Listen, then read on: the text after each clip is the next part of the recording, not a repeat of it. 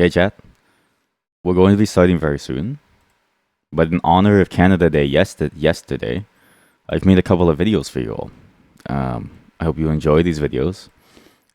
It's a very fascinating video because I don't know why I made it. I'm going to be honest with you. I have no clue why I did this. I just felt a very strong need to make a Canada Day video. Just want you all to know that it is not Canada Day anymore because it was late, but that's okay. Canada Day, you can always enjoy a bit of a Canadian spout, right? A Canadian bout. I don't know what the term is. Anyways, happy Canada Day.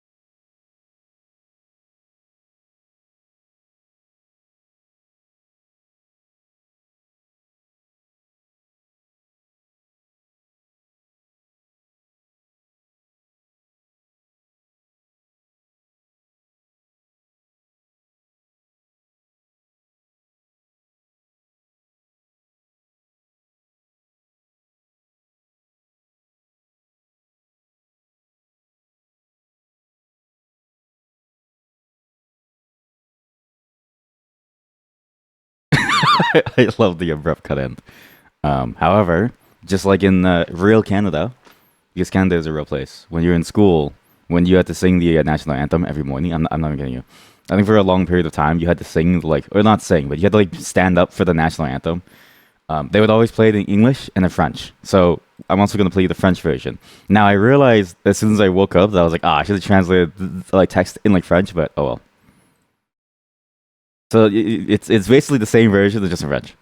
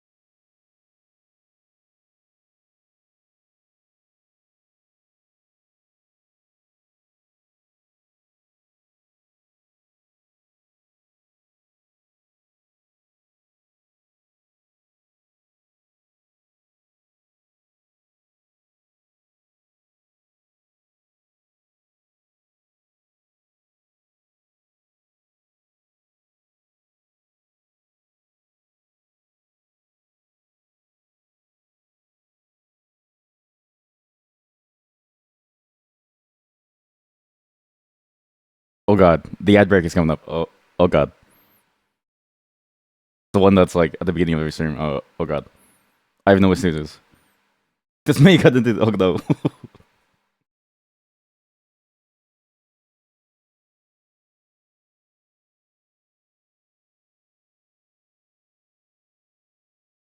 Okay, how did it feel to be in a Canadian school? Because again, they play English first and then French.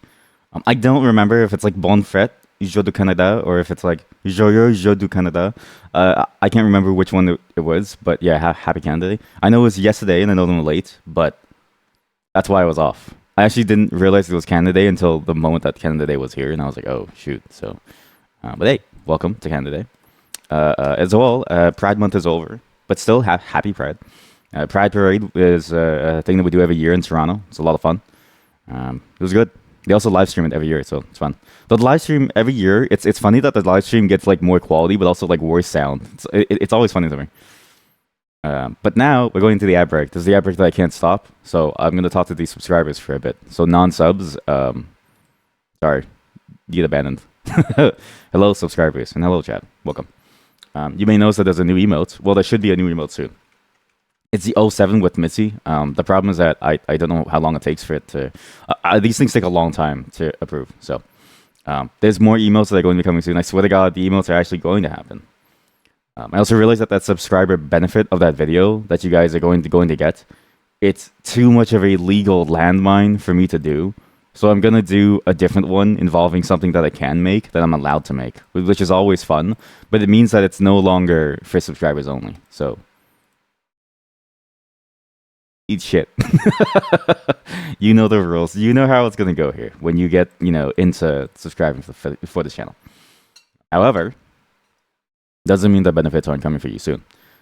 Well, we're going to be making a couple of games on stream very soon. So the programming streams are going to come back in full force, because I also kind of like enjoy doing the programming stuff on stream as well, because it's also nice, because after I'm done streaming, I want to say like 2 hours is spent on just life stuff. Then I spend however much time with my wife that we like want to. But my wife is she's she's been addicted to Dawn Cheryl, so I haven't really seen her much.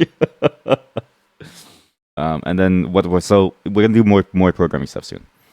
But I'll announce that afterwards as well. Just know that those programming things will have subscriber specific bonuses. So it's gonna be funny, because some of them, it won't really be a bonus. It'll be like tagging you and like marking you for like for people to like be mad at you and stuff. But it will be funny, at least to the best. You pay money to be a part of the clown show, right?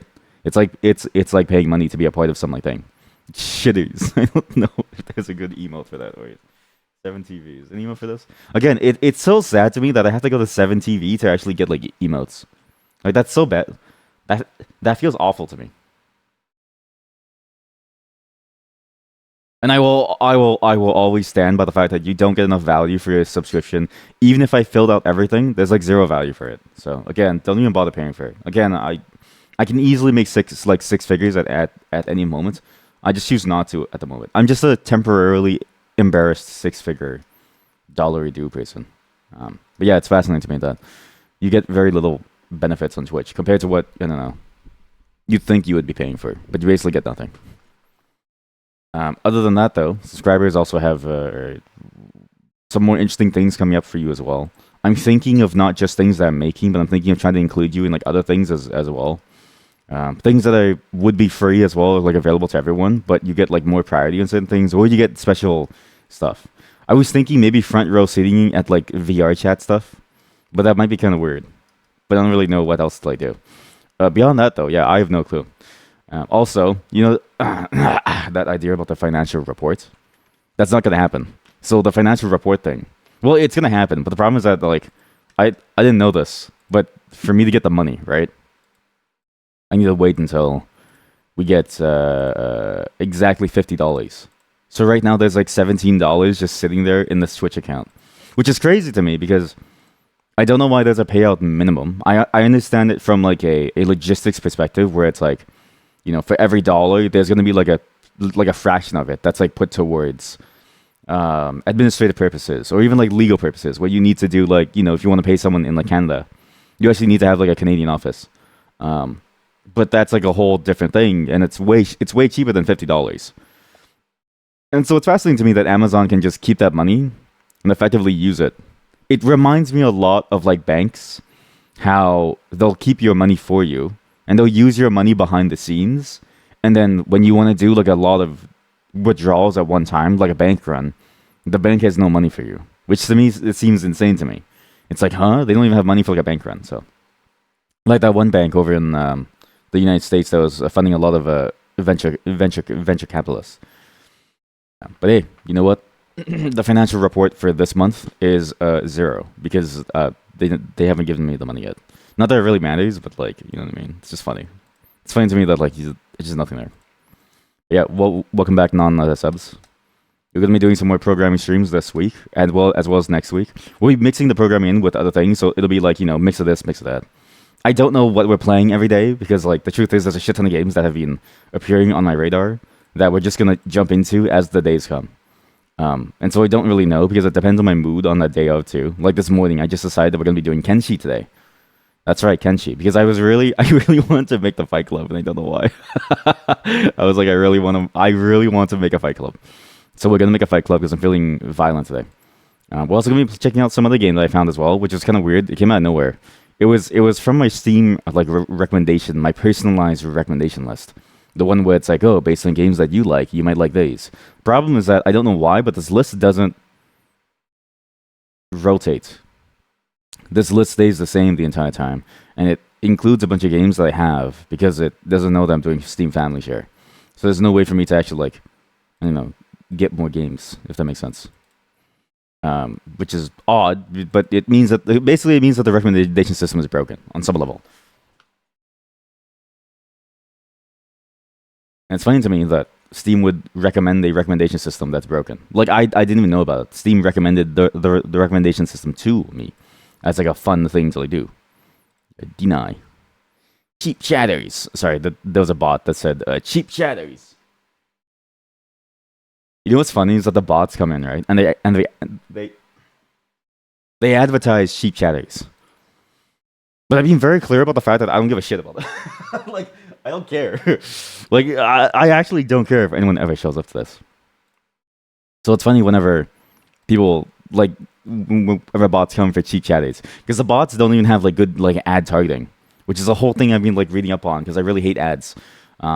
Hey, but yeah, most of the bots don't even have, like, good ad targeting. So what you get is, like, bots that just, like, post up out of nowhere. And, like, say the craziest things. Which is funny to me. However, today is not just a day about me ranting about bots. As I mentioned before, it was Canada Day yesterday. Canada Day is an interesting holiday because Canada has a very interesting and very, very deep history of like rights and wrongs. But overall, it's just a sense of like, could be, it's really just a day off for most people. And I treat it more as a day off versus like celebrating Canada. But Missy is a nationalist, so she loves to celebrate it. Hello, chat. It was also the Pride Parade, I think 2 or 3 days ago. If you don't know, actually, I don't think most people know this. I actually think Pride Parade is probably like a very unknown thing, but also like a known thing. It's like very, very well known if you're gay, and it's, like if you're not gay, then it's like unknown, which is like interesting. But Pride Parade is Toronto's Pride Parade. Is there like a term for this elsewhere? I don't really know. I'm gay. You asked my wife. I'm gay. Did we drop our iPad? Yes. Actually, that crack is courtesy of Hebesaurus.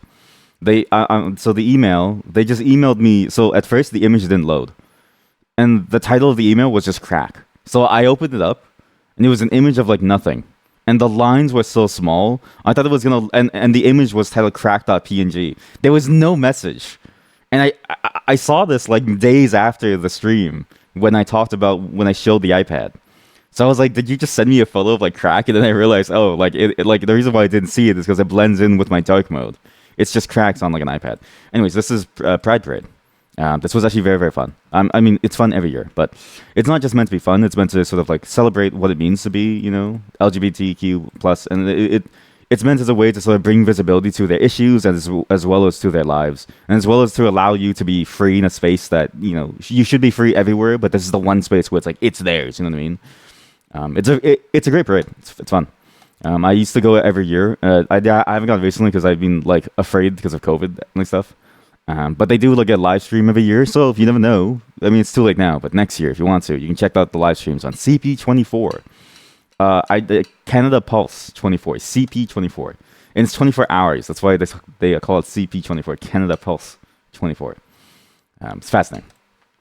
But yeah, it's a great event. People sort of like hang out there. There's a lot of really cool spaces around the location as well. There's a lot of spaces for any type of person. Like if you need like most people don't even know this. Like if you have a sensory overload, you can kind of chill on the ground in like a spot somewhere where it's like nice and chill. But that's not the only thing that I got up to.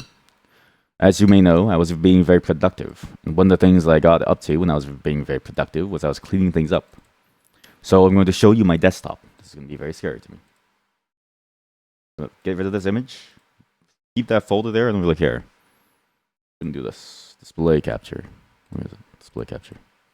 Yeah. Yeah. Alright, cool.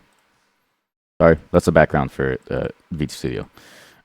It's nice and clean now. So all the folders are gone. There's only one folder for the StarCraft map that I want to make with you all. The AARPG and the StarCraft, because I was very, very curious to see if it worked.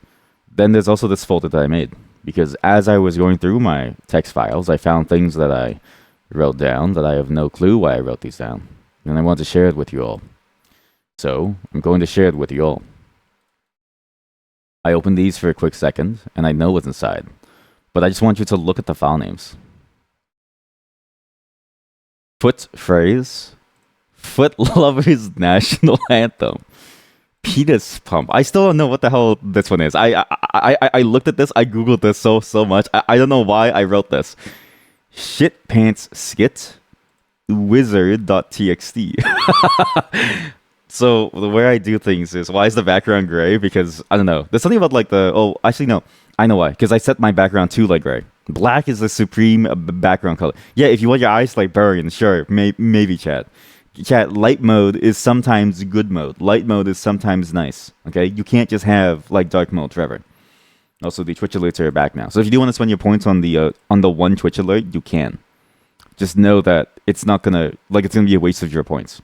Am I a heretic? Yes, I'm a heretic. There's a medium point between dark mode and light mode called gray mode. And you want to do gray mode because I think gray mode has the softest effect on your eyes, especially when you deal with the fact that like icons on the operating system are all in light mode. It doesn't matter if you're in dark mode, because Windows, every single icon for everything is in light mode. You think imagine being in like dark mode, pitch black, and you see these rays of light. Your monitor would adjust the brightness of those pixels to be like 100. Luminosity blasting into your eye sockets. You would go blind. Anyways, yeah, so what happened was that the way I do things, when I have an idea, I write it down. I write it down in my phone. I then transcribe it over on copy it over. But I don't really have a good way to copy files over from my computer to from my phone to my computer. So what I do is I copy it over to my PC, or if I'm on my PC at the moment, I write it down. But I usually never write it like the full thing down because the full idea is like massive. Like I have a bunch of ideas in the Obsidian thing now, where it's like I have like shit like this, like a Discord bot and stuff like that. Like I just for Discord bots, games, and like stuff. You know what I mean? Like, but I'm not gonna write like paragraphs of it. So what I like to do sometimes is I just like to just write the first thing that comes to my mind. And I name it whatever it comes to my mind. So I'm gonna show you them one by one. Let's start backwards. I think it's best to save the feet stuff for last. Let's start with the wizard. I actually like this a lot.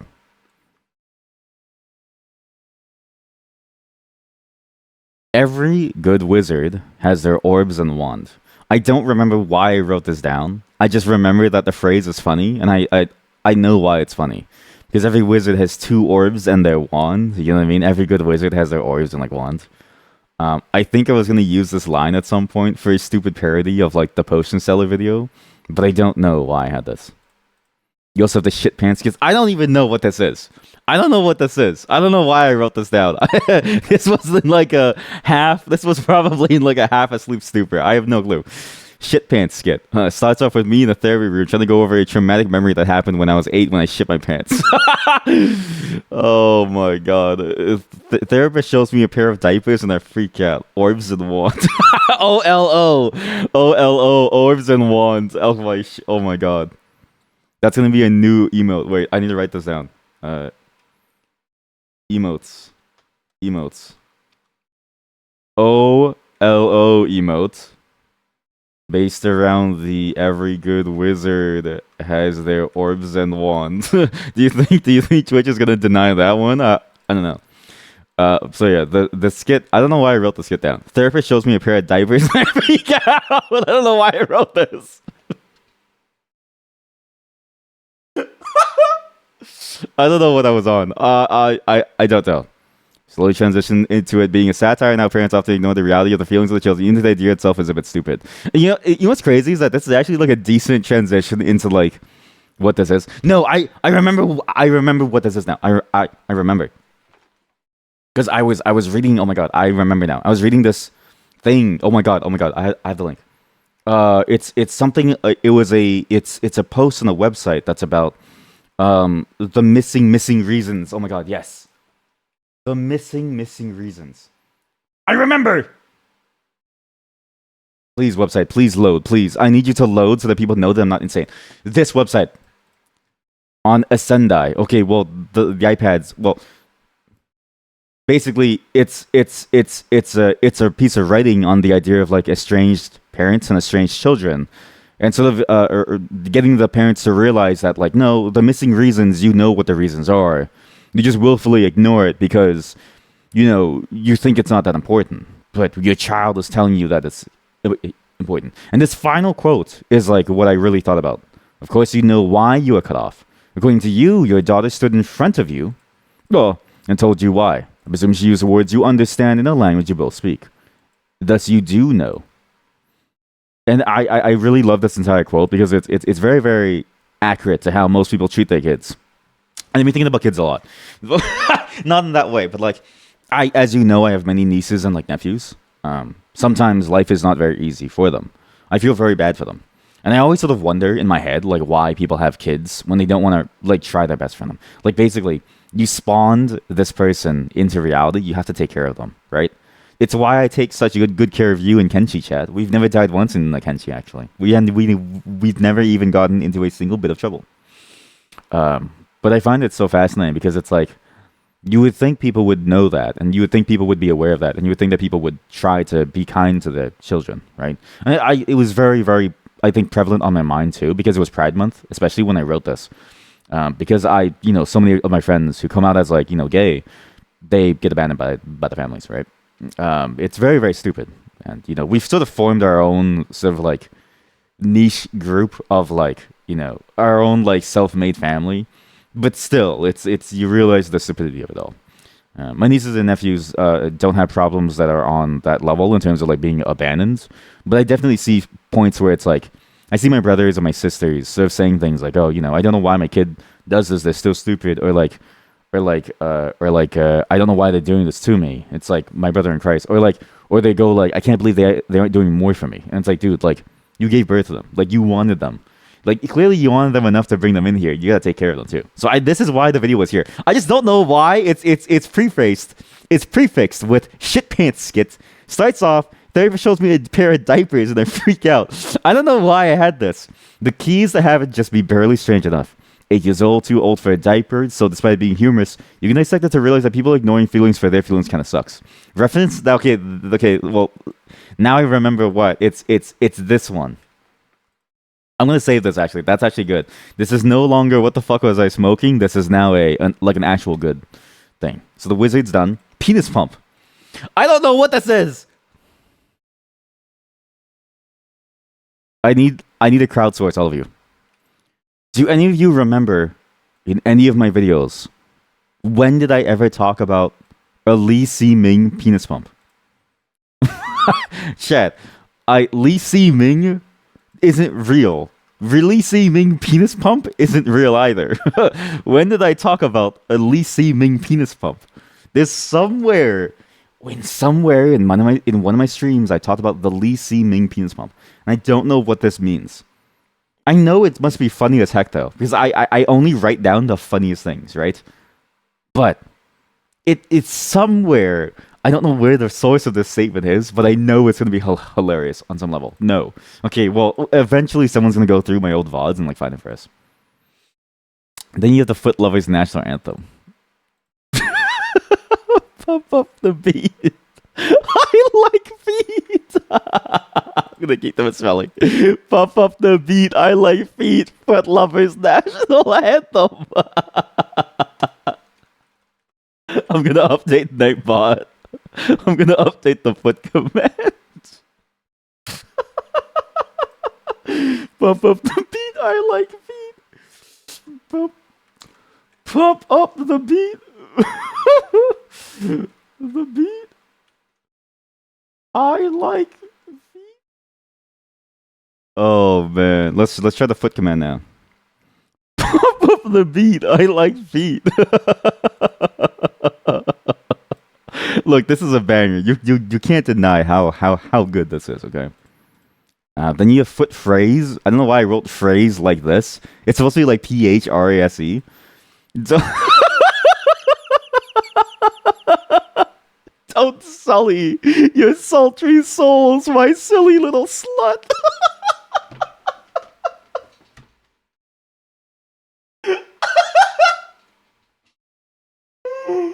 Oh, fuck. Holy shit, this is hilarious. Don't sully your sultry souls, my silly little slut. I think I wanted to make like a foot fetish video at some point. But I don't like listen, if think about it, if you think about this is a great pickup line. If you go to like a foot club or something, right? This is a great pickup line.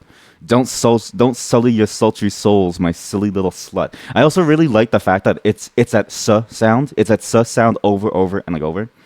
I think I wrote this down specifically because I liked that the phenomenon that relates to that pattern of like noise. Yeah, the ape behavior. Don't sully your sultry souls, my silly little sluts. I'm gonna keep this actually. I'm gonna keep this. Is there a way for it to like do either message? Can I switch the transcript of every VOD for the word pump? Maybe I could, but generating the transcripts for all of them would take a lot of time. Well, not a lot of time, but it would take more time. It would take a not insignificant amount of time, at least a day. And even then, like that's a very like fast estimate. I can only parallelize it maybe like 2 or 3 times at most. Because even though my graphics card, like even though graphics cards have like a lot of cores, they're to parallelize an operation on a graphics card, it's kind of a pain if the tool isn't already made for it. And every transcription tool that I've ever found, you choose the number of cores to use, but you can't choose which either, which is like annoying. So it's like I don't know if it's possible necessarily. Alliteration, exactly. Alliteration. This is a great example of alliteration. Class, please take notes. Please take notes on my alliteration here. This is honestly modern poetry. You can't tell me that this is not modern poetry, chat. Don't sully your sultry souls, my silly little slut. Oh man, this is some good poetry. You likey alliteration. I bet you love this. This must make you go crazy. This must make you go crazy. Don't sully your sultry souls, my silly little slut. Is slut TOS on Twitch?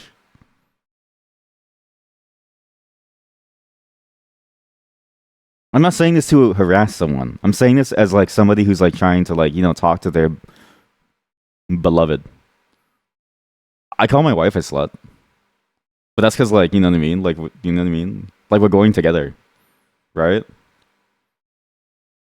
I'm not saying this to be like bad to like someone. Yeah, I don't think so either. I don't really hear it all the time, but in this context, it should be fine. Look, don't sully your sultry little souls. Don't sully your sultry souls, my silly little slut. I want this on the stream somewhere. You want this in the middle of the stream somewhere, but I don't know where. We'll have to. Okay, how about this? I'm gonna take a screenshot of this whole window, and then I'm gonna drop it into the stream as an image to really, really sell the feel of it. Yeah, we'll do paint. Don't sully. Okay, well, okay, okay. Let me get out of the display capture because it's probably gonna show some images. Not bad images, but stuff that I don't really want you to see. A channel in Discord for stick poetry. I have a decent amount actually. That's what the Dark Academia channel is for. Actually, you're actually allowed to just post in there. I'll post more if you guys want. Most of my stuff is very emo though. Just again, fair warning. The reason why you'll never know when I post my music, in fact, some of it's probably already posted and you have no clue, is because a lot of it is really emo. It's very personal stuff. Sultry souls, my silly slut. That's .png. Sultry souls, my silly slut. .png. sultry souls. Sultry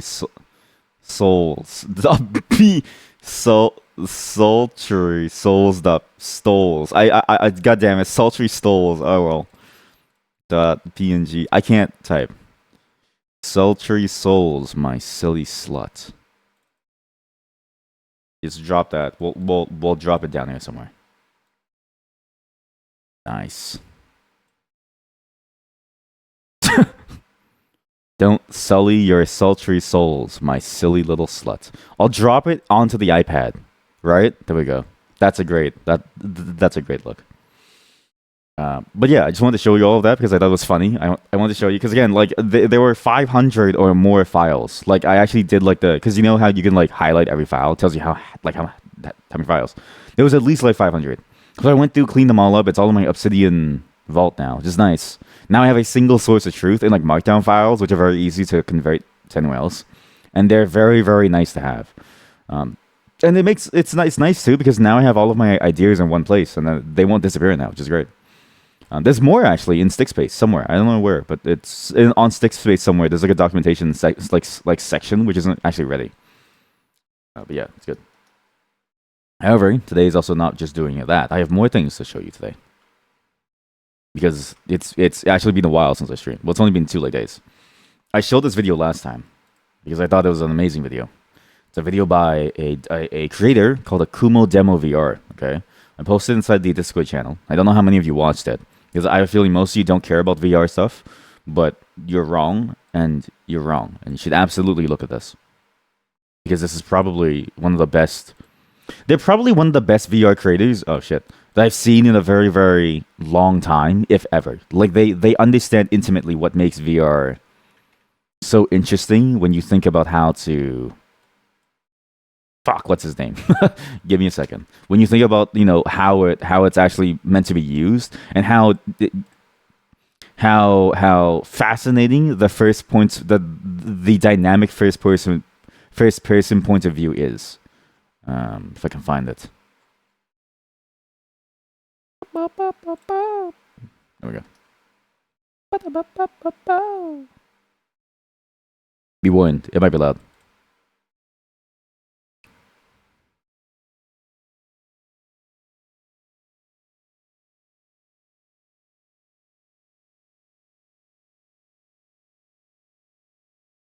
Not even is the video good. I'm sorry for like pausing, but the editing up until this like point is fantastic. Like if I hide everything and I just maximize it, and you just look at the editing in and of itself, just the editing work alone would be amazing. Okay, but it's how they play with the perspective of first person VR that really changes it.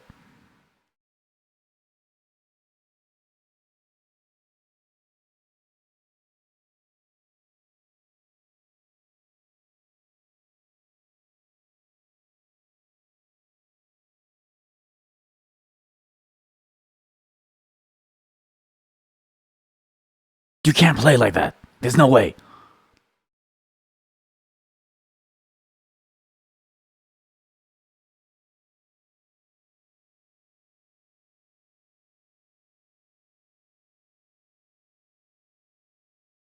He makes the game look so sick.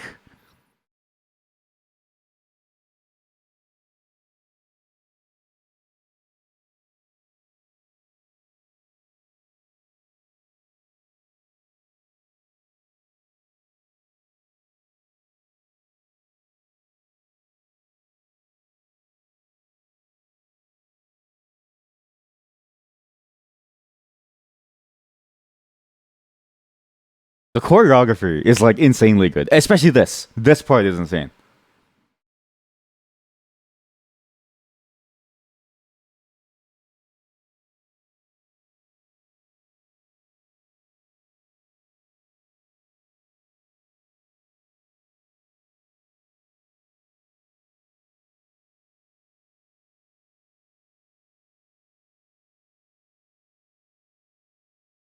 Oh, like that! He looks faces look so cool.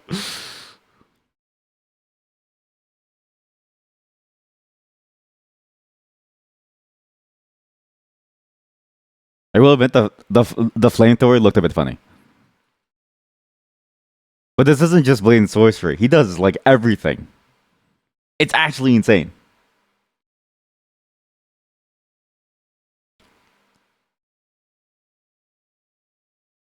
I've been watching this dude for a long time. I'm pretty sure he posted on Twitter one of his other videos.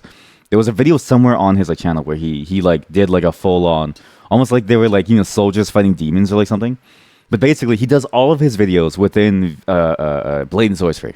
He uses a bunch of mods for it, and it's so good because again, the thing about VR filming is that it's very different from like other video game filming, even from like a mouse and keyboard perspective.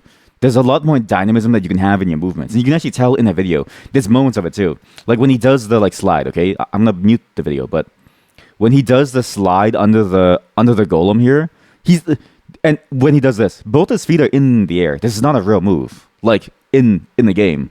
He has full body tracking. I'm like 99% certain he has full body tracking because everything that he's like done, even his like kick looked like a full body tracking kick. And Blade and Sorcery does allow you to have full body tracking to do like full body fights in this game. So I'm pretty sure he actually is like doing this. And for context, this dude, the reason why he's so good is also because he's the creative director of like Live. Live, if you don't know, recently partnered with Meta. Okay, this is a very huge development for VR. So Live is basically a tool set for the filmography, for the cinematography of like VR stuff. It's really good when it works. The problem that I had with it right now is that it's very limited in support. However, they now have an official partnership with Meta, the only people who are putting like shit tons of money into VR. Steam did like a kickstart basically with the Valve Index, but Meta is really the main driver of like the VR stuff. Like basically every game and everything that's being made for VR today is based off of what Meta is like doing. And then you have other like third-party players who are dipping their toes into it as like a fun experiment, but they're not really making money off of it, right? But Live is like developed for this idea of like how do you allow for content creation around VR. How do you allow for, you know, both mixed reality as well as virtual reality, which I'm sure you've like seen people who like play Beat Saber and they have their model transpose into the actual like video feed, and then how to do that without killing your machine. So they actually have a very smart way of doing it. They hook into the actual. They basically take all the work that's been done by the graphics card when you render things, right? They then I think they double the output or like something, and then they like push it to their own viewer, which has its own stabilizer and like stuff, and it's implemented as a camera, almost like an additional camera in the world that you can move. But if you just want the same view, it's basically zero cost to pull it from the game versus like having to like capture the window and show it off. Like it's basically zero cost, like which is nuts. But you also have like a separate camera, kind of like in VR chat, that you can move around. It's a very cool system overall, and they do a great job of it when it does work. Again, the problem has always been sort of support around it, but now that's going to get a lot better with the meta stuff. They recently showed it with Racquetball Tennis Court Pro. I don't remember the name. Tennis games have the worst name schemes, but I can't wait. I've been looking into the SDK because I've been thinking about like a VR game in my head for a long time, but I don't know how to make it well. But I would like to use this eventually. Anyways, so this guy is the creative director at Live, which is why all this stuff is insane. Again, his whole channel is like nuts. His name is Demo Akuro VR. It's very wordy, but it's very, very good. He also has his own studio, which I can't find a link to. I think it's only on like Twitter. Here we go, Grimwolf, where they're focused on like VR videography stuff. Right now, I think primarily a lot of that work is being done through Live. So whenever you see a trailer that's like made by Live for another game, the reason why the VR game looks so fun is because Live made the trailer. They're pretty much the only people in the space doing this kind of like very experimental stuff, and so it's fascinating to sort of see them do it because I think the first person perspective has a lot of interesting draws. So you do this angle, you can kind of get from like a normal thing, right? That roll you can kind of get to. This you could get from a pre-rendered cinematic, but in a VR game where the hook is that you can do this is a great showcase of how the game is.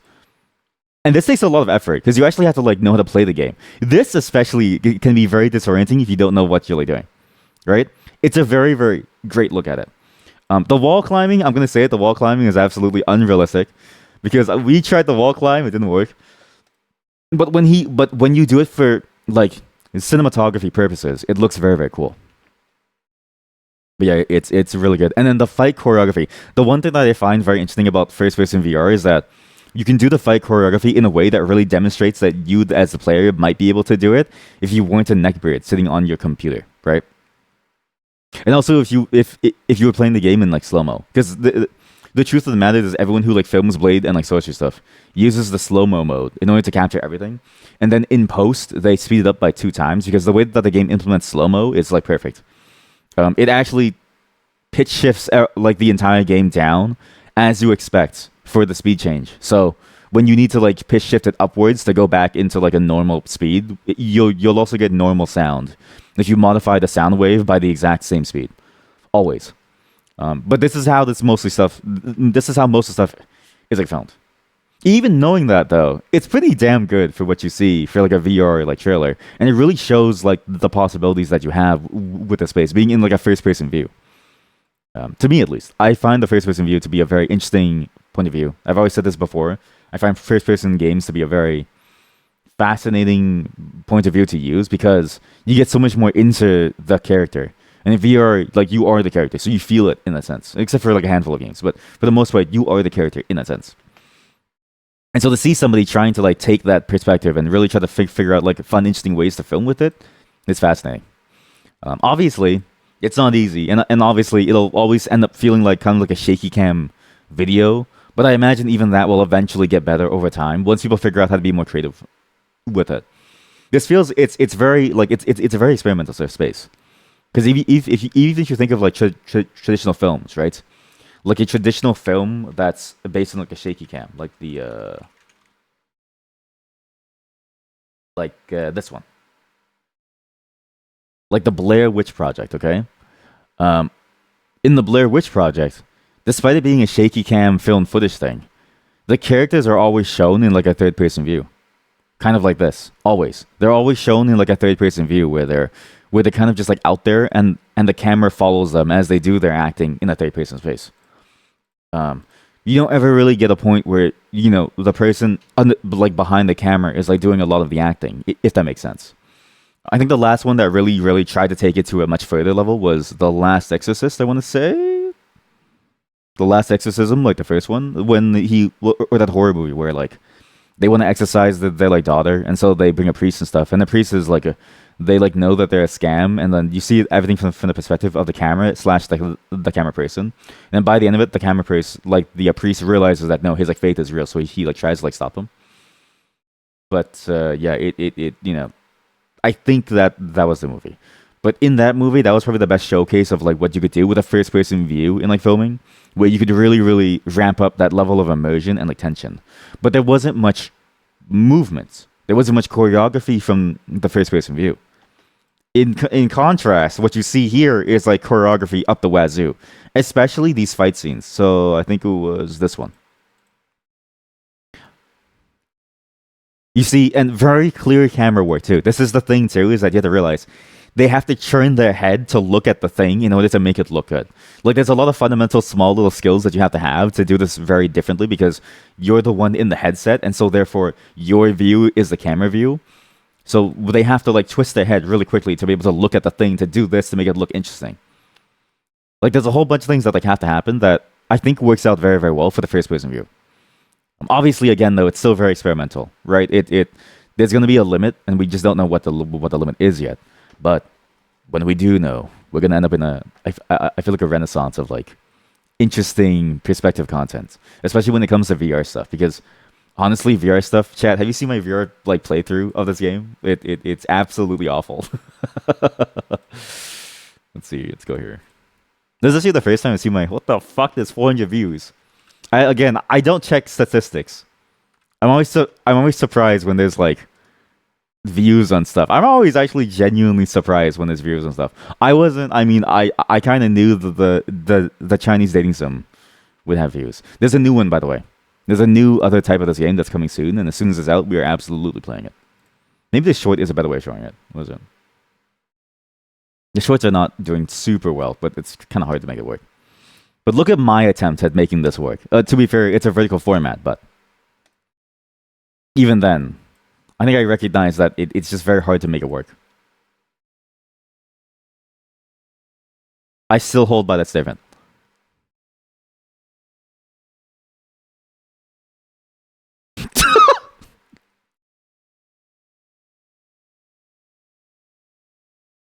I sound so crusty in this video too. It's so funny.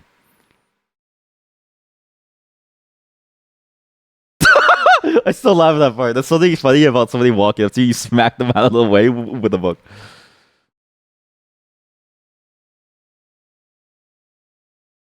Rage.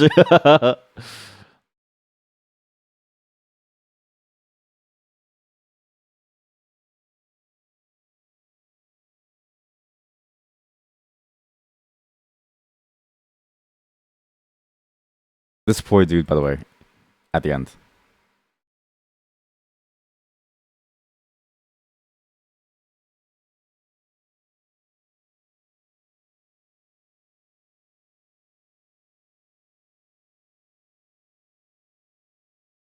Yeah, as you can tell, it's very hard to make it actually like work. And so whatever demo Akuro is doing, I really their name is very hard to like say. Whatever demo Akuro is doing, they do a great job of actually filming things. Because actually trying to actually okay, well this is I'm not a violent person. I'm the violent person. Actually trying to make it work is very tough, like very tough. But when it does work, I think there's a good possibility, but it is hard. But it's primarily about being able to keep your view in like range of what you're saying, to keep the level of stability that you need, and then to have like actually very good, I guess what's that storyboarding like an actual good storyline slash like storyboarding to make it work. So like most VR stuff looks like this, right? Well, maybe not to this level of psychopathy, but this is. Oh my god. I'm so sorry for showing you this side of me. I'm actually a very violent person in IRL. Not like violent, but like. I do enjoy violence to a strong degree. I've heard that when you take steroids, not that I take them, I don't actually take them, but the description of what happens to your levels of aggression when you're on steroids sounds like me on a daily basis, which is very frustrating. It's something that I try to work on a lot. But I've heard that, the level of aggression that you feel when you're on steroids, it's like playing a war movie in your head every single moment. That's kind of what I do every single moment, and it takes a lot to take me out of it. It's very tough. Only my wife can. Like, only my like wife can actually calm me like down, which is like interesting. Not that I need her to like calm me down, but like when it's in the moment, when it, like if somebody like does something to her, and I'm like, honey, I'm going to kill this man. She's like, no, stop. You need to calm down. Then I'm like, okay, fine. But like this is what I fantasize about doing. It's just fun. So satisfying. So satisfying. Anyways, yeah, I can't wait to see you guys at TwitchCon. Be sure to walk up to me and surprise me. Be sure to walk up to me and surprise me with two closed fists. Right, walk up to me with two closed fists. Surprise me. Say hello. Say hello. Dog looking sussy and cute. I don't know why I had that email actually. But yeah. Again, I really enjoyed this creator's work because again, they're really exploring what makes VR stuff so interesting. But like, wow, is it hard to do? Like, again, it's very hard to get a grasp of how difficult this stuff is to like do. But when you do it well, it really is like a virtual choreography thing. Like you can basically do like mocap for very cheap in VR, and it leads to some very cool cinematic moments. Even if you're not doing it from a first person perspective, it's still pretty damn neat to see it from a pure mocap perspective. Like the VR video, like the Helldivers one. I think the Helldivers one had a really cool moment somewhere. Sorry, give me a moment to find it.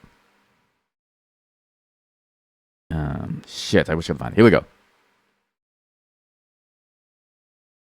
Like stuff like that, and having the ability to film that kind of stuff at home in a fully virtual context is a pretty cool thing. To do that kind of like leaping push onto like someone and to have that kind of look, I think that's a really cool way of doing it.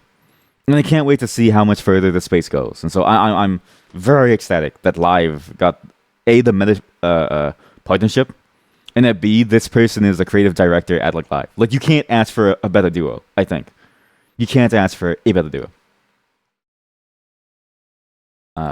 But yeah, I just wanted to show you that because it's such a good cool thing. However, I'm not done showing you some things. There's a bit more news to talk about, and also some more fun things. First off, before we continue on, I want to remind you all. Trying to find the link. Sorry, trying to find the link. Sorry. Give me a moment. Really wish I could find the goddamn link. God, it's so hard to find links to like anything. Jesus. Louises. Oh, here we go.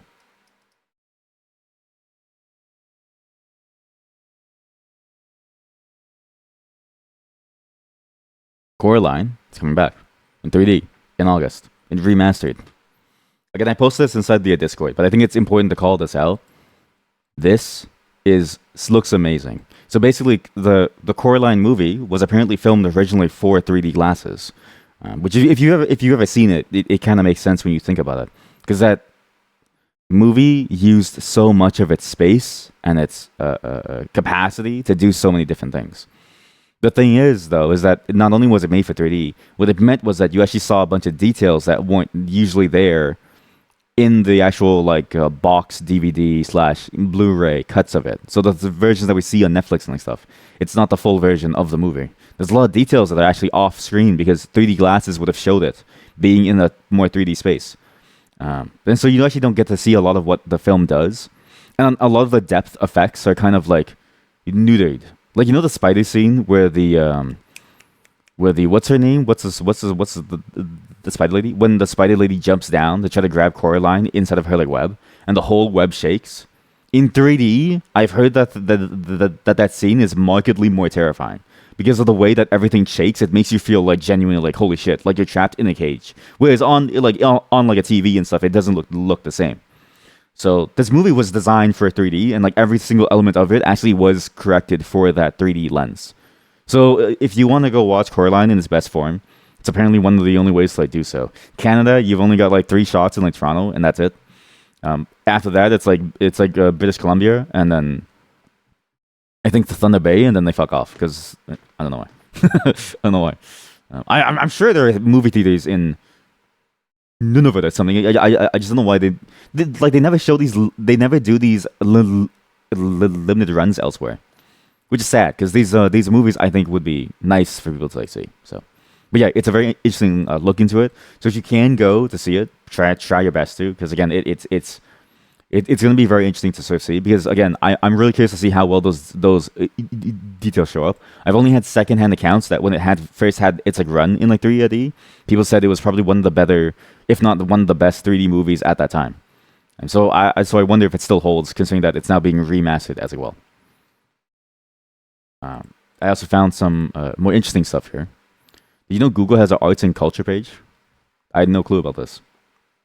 So this is a very random page that I have no clue how I found. But basically, the arts and culture page is just here.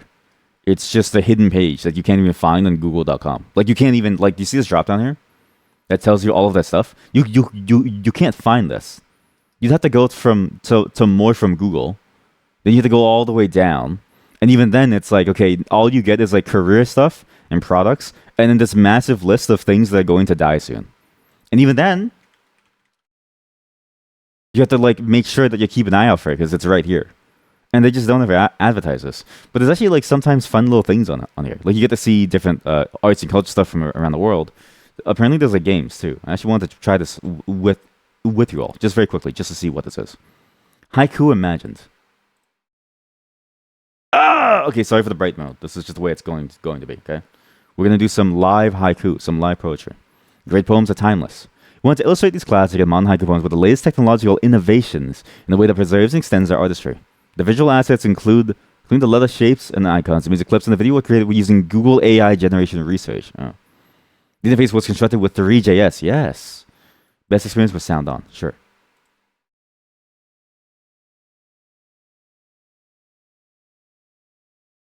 This isn't a game. Spring, summer, autumn, winter. Yeah, this is like oh god, not just a flashbang, like a sound bang too. Traditional Tabana. Wait, it is a game. Chat, it's a game. I need to lower the volume. Again, they don't advertise this, and I don't know why. They never advertise this, and I don't know why it's such a huge flashbang, but they never seem to like show this stuff. What's this? Loading poem.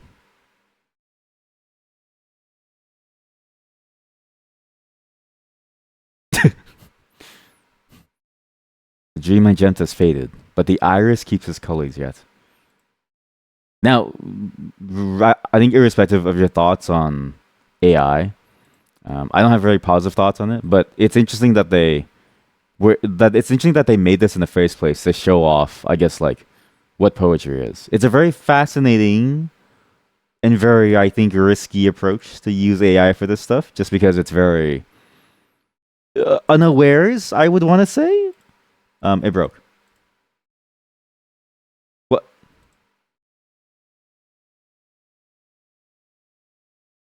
Finished playing? I don't know. You tell me. Games you might like: Blob Beats, Puzzle Party, Blob Opera, Geo Artwork, Blob Beats. Let's try out all these. I don't know what these are. Okay. Chat, my browser is still playing noises. Chat, I need to kill my browser really quick. Chat, it's still playing noises. Everything's closed. I'm gonna kill Firefox really quick. Alright, that was weird. We're gonna go over to Chrome. Maybe Google Chrome works a lot better. Maybe Google Chrome works a lot better. Arts and culture at google.com. Arts and culture at google.com. Also, the ad will eventually kick in, so just be warned, the ad will probably kick you all out. Yes, I know, I'm abandoning Firefox. Listen, you can't blame me. You think they make this stuff for Firefox, chat? No, they don't give a shit about Firefox. They make this for their own browser. It is what it is. It might be loud again. Sorry. Very loud.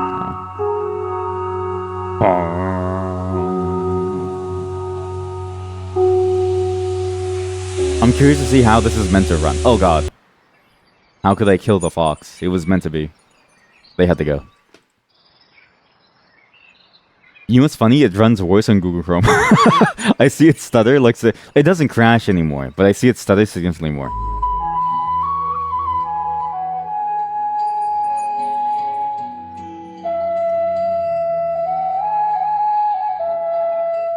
I don't know if this is a game. Well, this is a very loose interpretation of the game. If your interpretation of the game was just like if your interpretation of like a game was was graphics, sound, and then some level of interaction, this would be a game. But I don't know if this is really a full game or not. I don't know why my accent's so strong. We'll do the moon. If the ads kick in, we'll take a pause. I ride down the stream between the earth and the sun on the moon's shadow by Louis Grandison Alexander. I probably butchered the reading of it. Let's go to the water world. Okay, this is not a game. How about this? Let's try these, chat. Let's try all of these, okay? They have a shit ton of games and I don't know why. Oh my god, they have a ton of games. Play with your camera. Don't do that. Geo artwork. Guess where artworks are created. Wait. Isn't that cool? This actually seems kind of cool, no? Musical canvas. Generate soundtracks to your drawings. Matchbox mementos. Puzzle Party. Guangzhou Museum Collections. Puzzle Party. Czech National Library. K-pop dance challenge. I'm not doing that. The Forever Labyrinth. Food mood. I may save these for a separate segment because I just wanted to check this out very quickly, but this may be worth it to do as like a oh my god. Make Chrome faster? What? Sure. I don't really sure, whatever. Invite friends and solve puzzles together. Yo, who wants to build? What artwork do you guys want to do? This! 13 attempts to become a rooster. Multiplayer. Alright, chat? Join the puzzle lobby. You are now going to join the puzzle lobby. I posted inside chat. Solve the puzzle with me. that message. Sorry, wait. /pin. Solve the puzzle with me. That message was butchered. I wonder if that actually works. I'm curious if that actually works. Saving position. Saving position. Well, I don't want it to save. I want to solve the puzzle. What is this? Why is the UI so... Why is it so weird? It feels so bad to use. Put this in the corner. Put this in the corner. Whoa, whoa, whoa, whoa, whoa. Whoa, whoa, whoa. Somebody's moving all the pieces. No, I'm just kidding. Get to work, chat. Get to work. I'm going to build the cock. Mom said it's my turn to play with the cock. That's nice. Okay, I think that I know the problem is that the canvas is like an infinite canvas. So like you have to like position even like the distance of things perfectly. Because if you don't, it just kind of fails.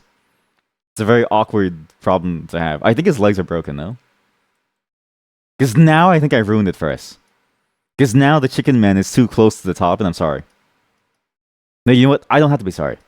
You knew what you were getting into. Oh, never mind. I formed chicken man. Wait. Chat. We have formed chicken man.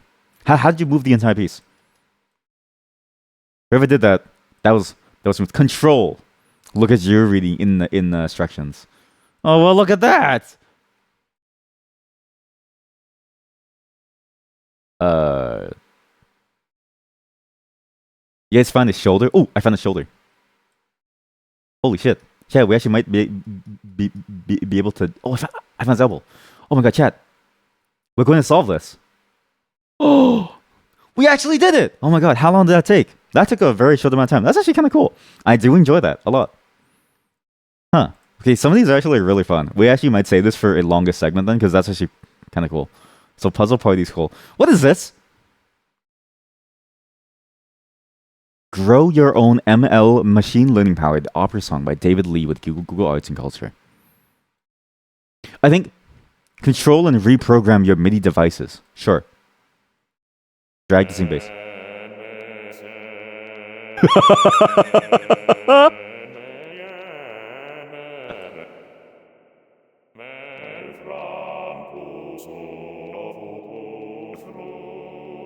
Oh my god.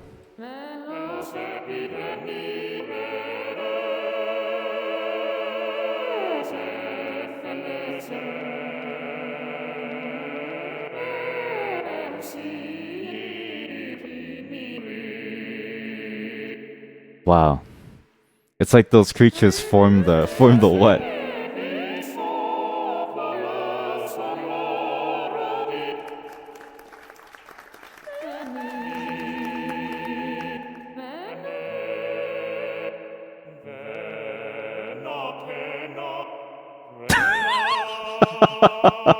Yeah, this is such a stupid game. I can't like again, the fascinating part is that it's that juxtaposition between like arts and culture and what AI is doing to arts and culture.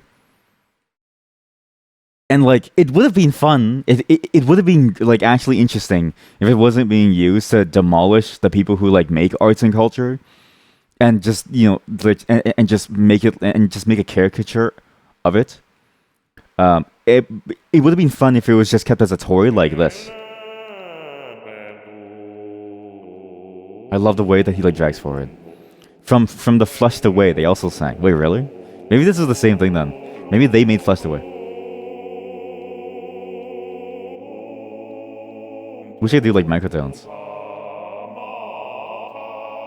I love the way his voice, his like mouth goes into a circle chat.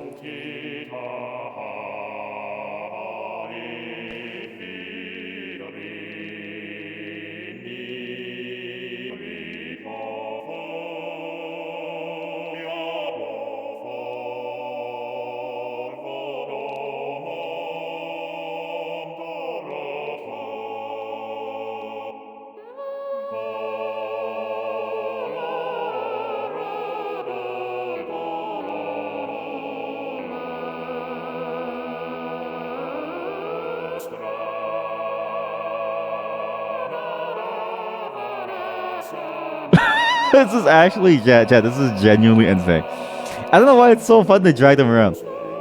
But it's mainly the fact that like they have a decent scale, right? It's just a very good scale of notes, and then everything kind of plays with it, and then you can control the mouse shade too, which is great.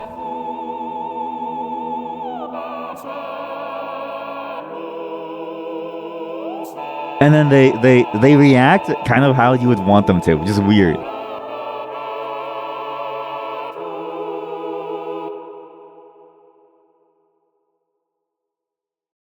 We need to stop. We can't keep doing that. Chat, if we keep doing that, I'm gonna stay on that for a long time and like try to compose like an opera song.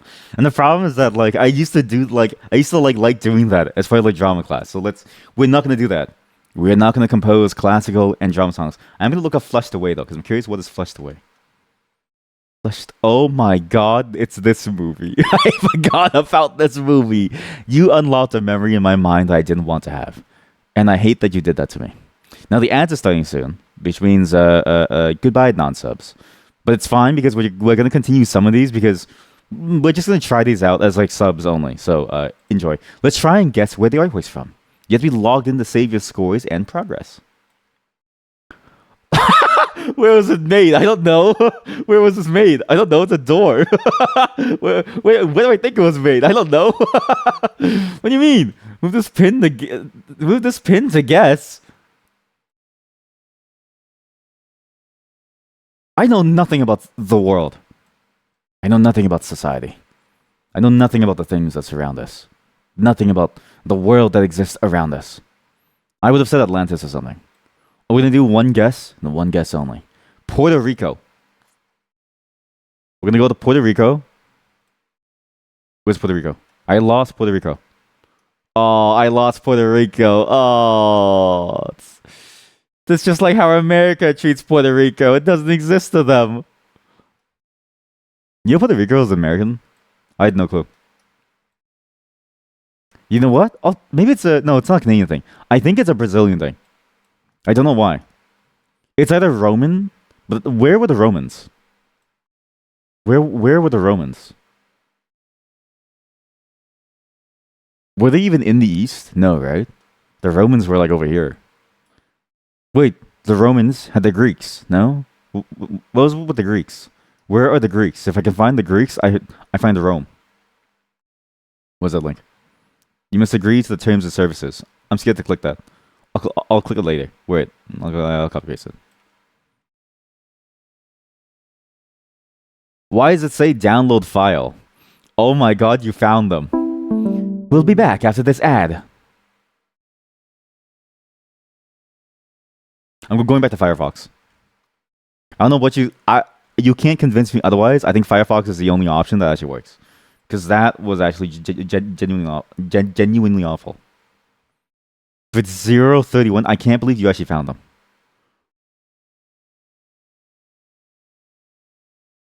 It is them, chat. It is them. Wait. It is them. It is them. It is them. It is them. Oh my god. Wait, this is all gonna make sense. This is all gonna make sense very, very soon. This is all gonna make sense very, very soon. Screenshot this. We'll do some funny text over this. So we'll do like a orange text. The glow up. Comic Sans. Okay. Oh yeah. Oh yeah.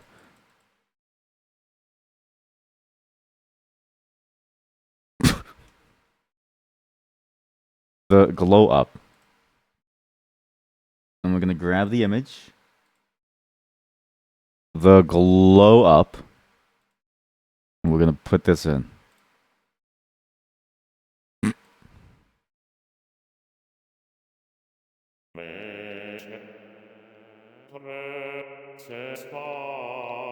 Oh my god, Chad, look at his eyes. Oh my god. Chad, he's suffering. Look at the blob beside him. Chad, look at the blob beside him. The blob beside him is like, please don't do that to me too. He's suffering. He's like, ah, oh, my eyes. And the blob beside him is like, oh my god, please don't do that to me too, please. I beg of you.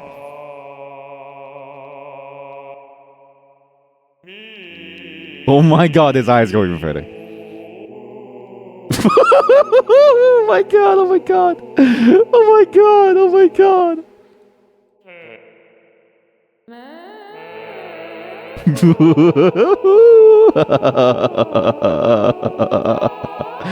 Do you think this hurts them? I think this hurts them. Oh my god. But look at the glow up, chat. What a glow up, right? To go from starring to go from being extras in the Flushed Away to being the stars of this experiment. Oh! Thank you! Thank you. Take the blobs on tour. Oh my god.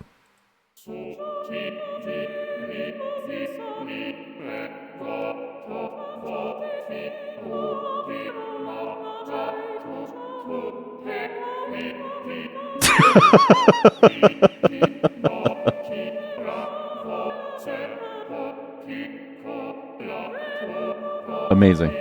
Absolutely amazing.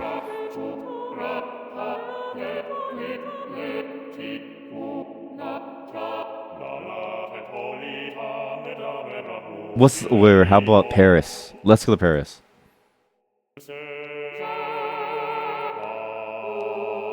No, it's boring. This one. Jean-Philippe. Jean-Philippe Rameau. Or maybe they actually feel nice when you stroke them. I don't know if they feel nice, Chad. They probably feel pain.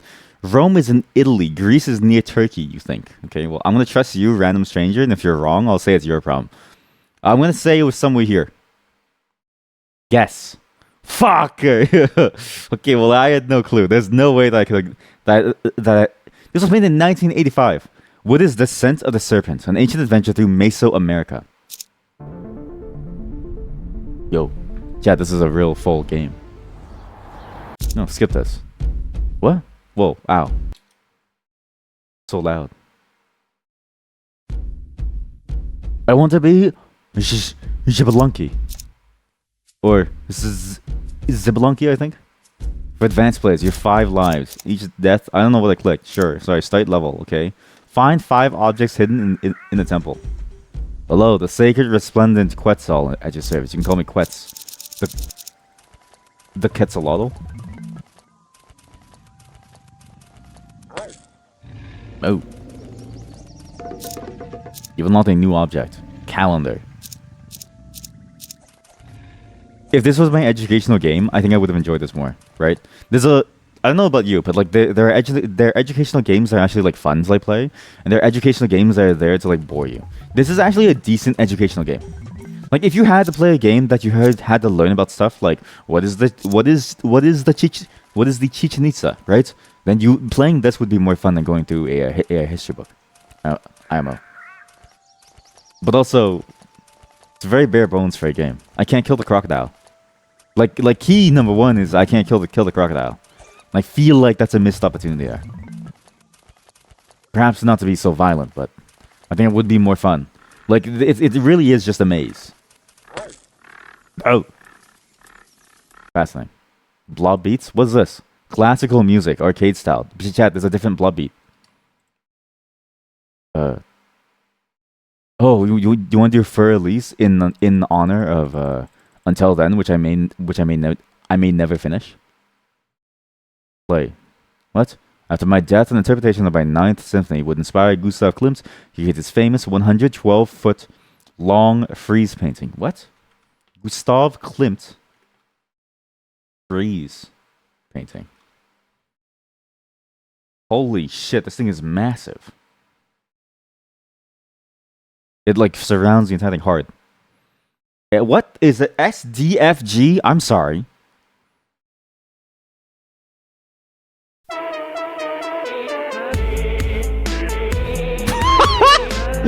I can't play that. No, I can't play this, but okay. I don't know why they made it like dubstep. I don't know why. Build your own Matchbox art collection in the interactive Moksha Patam inspired story. Start collecting. Collect matchboxes as you journey India's famous bazaars. Let me show you around. Your goal: collect 19 matchboxes to fill your collector's room. Click the shake and roll the cowrie shells, an old Indian alternative to dice. You know about those, yeah. Cool. Do you guys want to do? Let's do music. We're very musical around here. Tap on cowrie shells to start. Okay. Gifting you a special edition Max box you generated with the help of AI. What?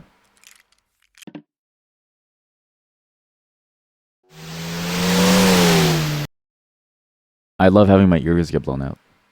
So cool. Google, it's so cool that you blow my ears out. I don't get this game. You know what it is? I can't blame them, right? Oh my god. Generate soundtracks to your drawings with the help of Google AI. Like, I can't blame them for not making full-on games. Because again, they probably paid some like intern to do this in like 5 seconds, right? There's not really much that they can do. But still, I would have preferred something. The music piece I'm now live streaming is directly inspired by your masterpiece. The music is a slow ambient piece that is perfect for relaxing and unwinding. The music is very calming and peaceful. The drawing is a simple green line that is shaped like a lettuce. I like the simplicity of drawing the way you've used the line to create a sense of movement. This thing's lying to me. Wait, I'm gonna make my face the same as him. I'm like the AI now. I'm like the AI now. Thank you for sharing this work with me. Let's see what music this AI can come up with for the single green S. Again, it's fascinating that they took this approach for the arts and culture page to include AI into it.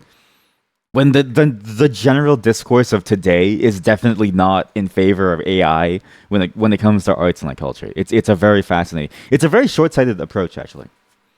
My main criticism of this entire site is that they could have had much more, I guess, like they could have had people on to make actual games that would have been much more inclusive of arts and culture.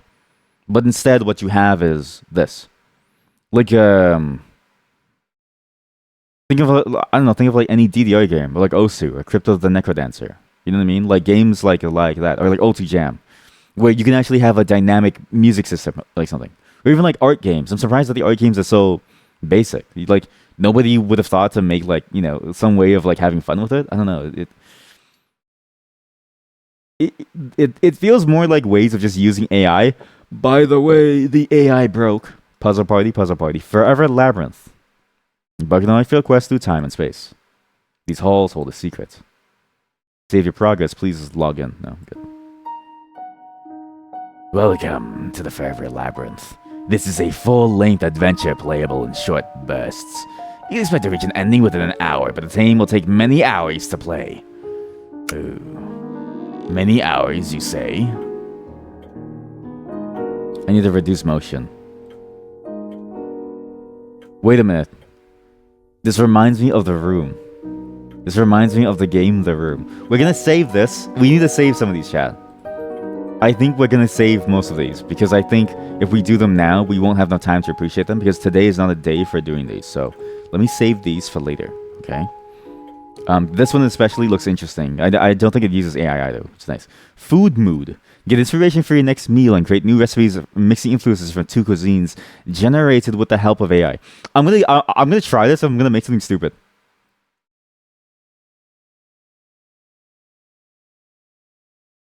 Oh. Oh, they don't let you type anything. Oh man, they don't let you type anything. Shit. I was hoping to like type things. Add ingredient. Shit. Ah, chat, they knew. Chat, they knew.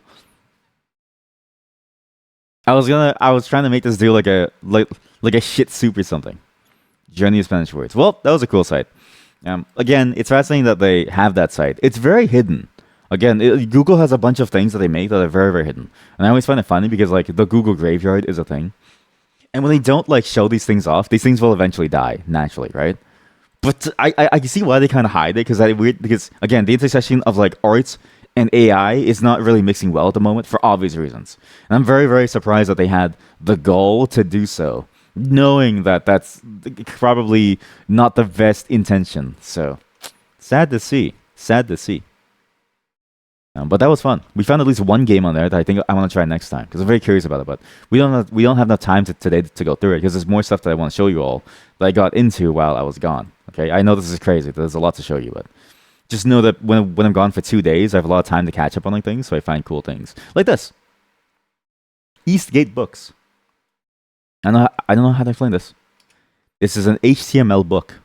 So what I heard is that the way that this works is that the book is kind of like an interactive storybook, if that makes sense.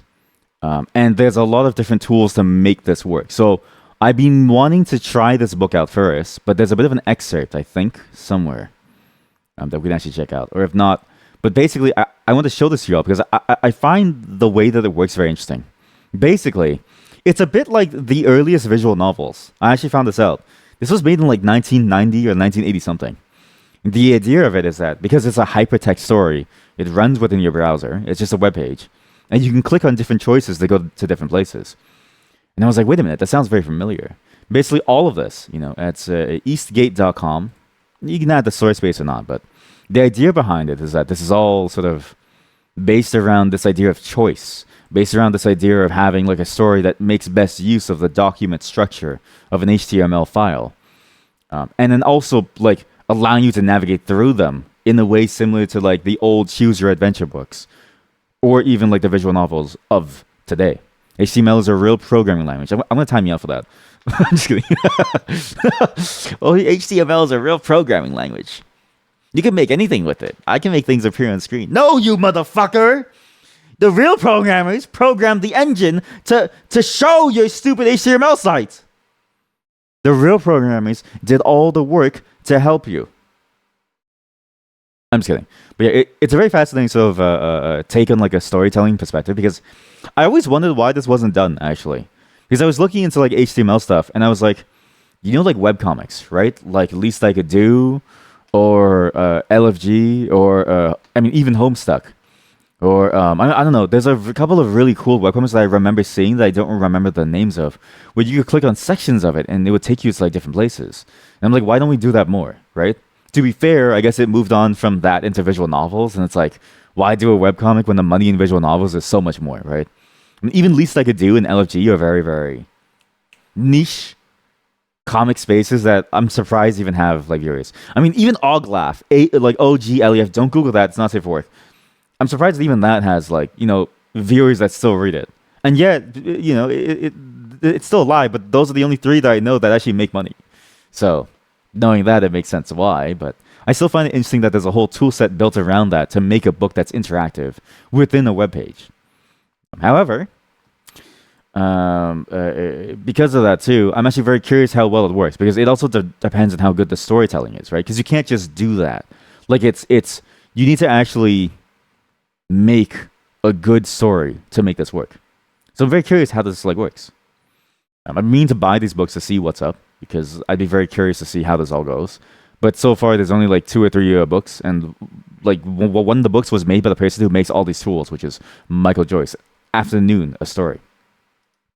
But the tools themselves look interesting, and I've long since thought about tools like this where it's very specific to, I guess, game development. But when you're writing a very I guess even like a normal story, when you're writing a very interconnected story, it's hard to keep the facts straight. And I see this a lot in like various books that I read, where they'll almost like retcon something that a character does later on, or they'll do something that's very like character for them, and like not even like in a good way. Because again, everything is contrived in a story, right?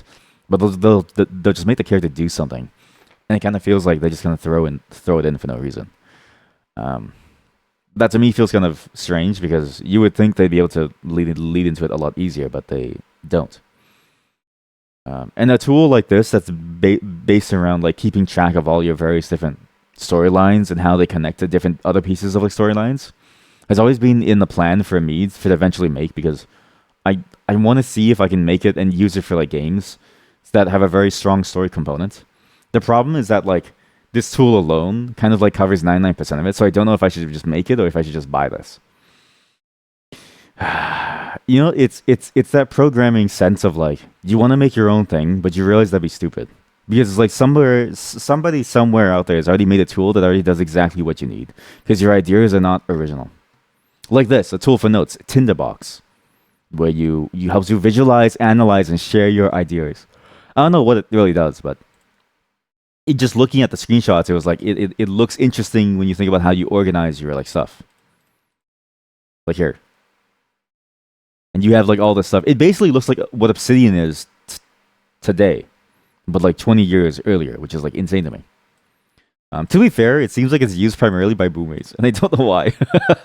It's a very old piece of software. I mean, to be fair, but it's fascinating to sort of see how like everybody has the same ideas and eventually makes the same things. And now this is basically what Obsidian is today. Aside from that, though, there's also one thing that I really want to show you all. We're going to go on a walk. So this is a weird one. I just wanted to show you all this. So recently, I talked about the Toronto Path, which is kind of like an underground shopping mall. I couldn't find a good map of it. What I wanted to do was I was hoping that Google Maps had a view of like what the path was. The problem is that they don't. So there's no way for you to actually traverse the path yourself on like a Google Maps view because nobody's done the work of like 3D mapping it. There was some attempts early on in like the 2010s, but the websites that used to host them are now down. And it's unfortunate too, because I actually think it's a very interesting space. The Path, if you don't know, in Toronto, it's a bit of it's apparently the world's largest underground network, pedestrian network of like malls, and like in the world, which is crazy to me. Basically, Toronto is a city made for basement dwellers because we have a nationally recognized basement for all of us. This video is a walk through it, and I wanted to show you because I thought it'd be fun to react to something, just a little bit, not for too long. It's a very short video, but just to show you how it all works. The person filming this, by the way, on the channel, that channel is Johnny Strides. I don't know anything about them. I just know that they make videos like this, so I can't say whether or not they're a good person or a bad person. I just know that their videos are interesting. So I only will say that this video is interesting. But I could have been in any of these videos, Chad. I used to go to work around here, Chad. I could have been in any of these videos. I could be any of these people right here and you would have no clue. Guess what? That's me right there. That's me right there walking. I don't know what the video... I really don't know why my YouTube videos have been pausing very, very often. It's in 4K. Because it's in 4K. That's why. Look, that's me right there. That's me. Anyway, so the way that you get into the map, this is a very long intro, is that you would actually be able to enter from multiple different entryways. Most of them are from like various buildings downtown, but you can also enter straight from the subway itself. So he's going in from the subway side, and you've now just entered docks. You've now just entered the path. You are now in the world's largest basement for basement. Again, Toronto is a city made for basement dwellers. And this is all like underground, like very far underground. Hey, chat.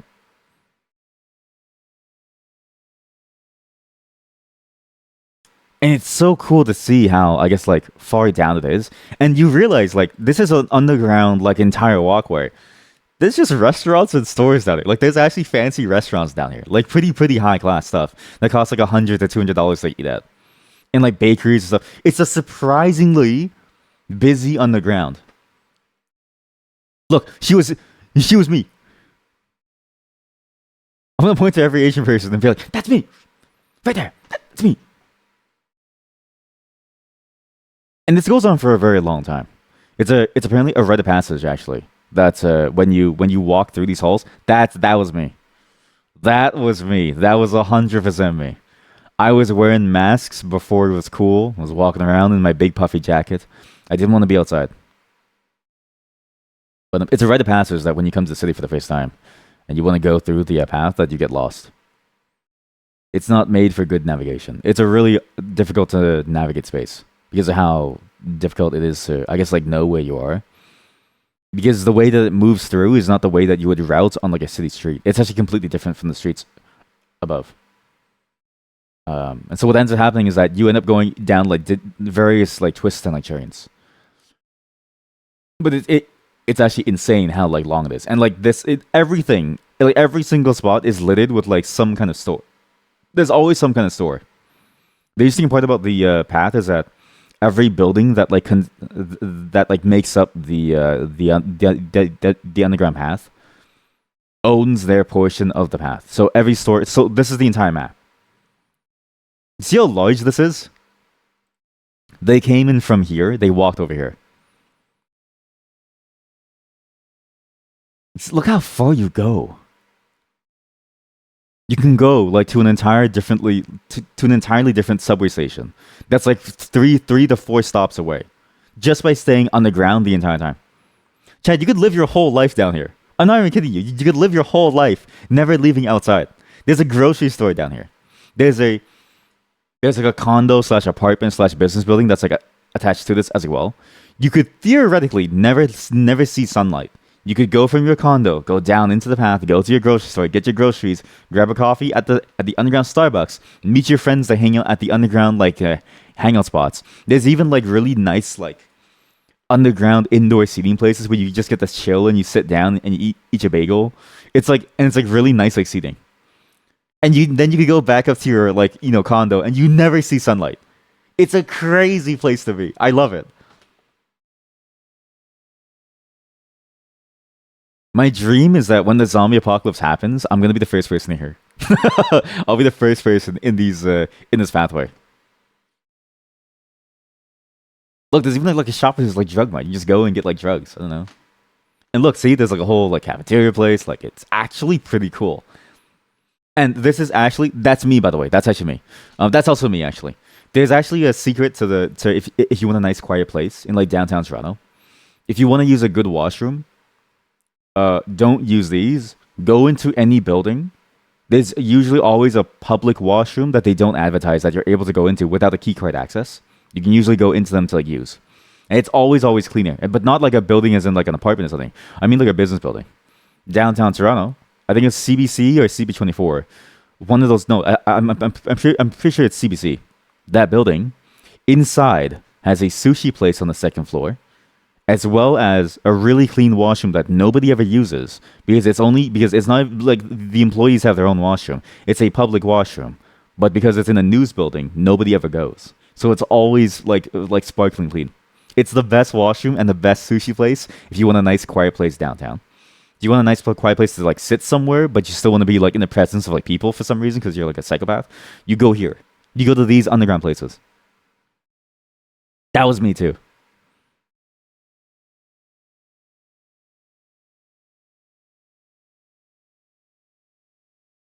Don't go to Tim Hortons though. The Tim Hortons like pathway is always packed, always. But it's a surprisingly quiet place. Like even though it seems very packed, right? Like these fancy seating places never get filled up because of one reason. This is primarily a what's that term? Pedestrian walkway. Like this is not a destination for 99% of people. So what people do is they just walk through it. See these guys? That used to be me.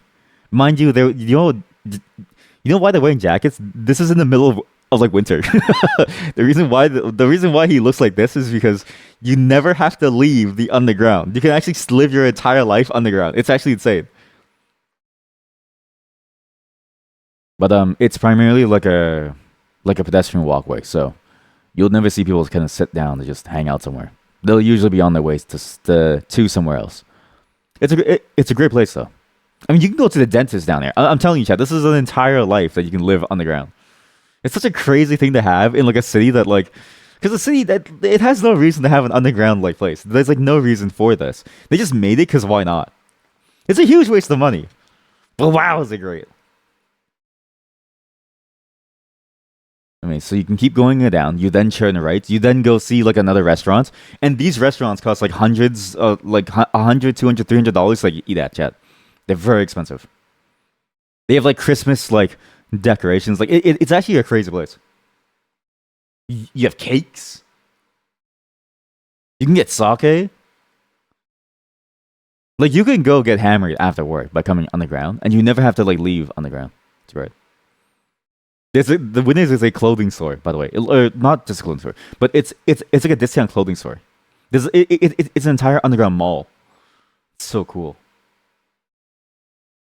And the only reason why it's cool, right, is because it's underground. If it wasn't underground, this would be a very basic, I think, mall. But the fact that like on top of you are like regular businesses and like people just like living their lives on the streets, I think that's the most fascinating part of this entire thing. And it's weird how nobody knows about this. Like a lot of people come to Toronto to go like I don't know do like the very well-known events, right? Or they come for like the very well-known events in the places, right? And they want to see the Harbourfront, or they want to see like Dundas Square, or whatever it's being named to now, or they want to see like I don't know. That's it. That's all. That's actually all there is. I'm gonna be honest with you guys. Toronto is really boring. But one of the most fun things is to just go exploring, urban exploring like this. It's for the same reason why Canada is used a lot for filming like a lot of things that are based in like America. It's because of the vibe and the locale changes so often that you end up seeing something cooler. Like every step of the way, there's always some new biome. It's like it's a bit like Terraria or like Minecraft. You walk like a couple steps, you're in a whole new biome. Like Kensington Market is beside Spadina, which is Chinatown, which is then beside Queen, which is like the bougiest place. So you go from like Nouveau Rich to Chinatown to like a place that get literally the police raid every night, Kensington Market, because before the dispensary was operating illegally, and they raided every single night. And I would always like see it after work getting raided, eating a beef patty from the beef patty store there. And I'd be like, all right, this is weird, but I don't know why it happens every day, but sure.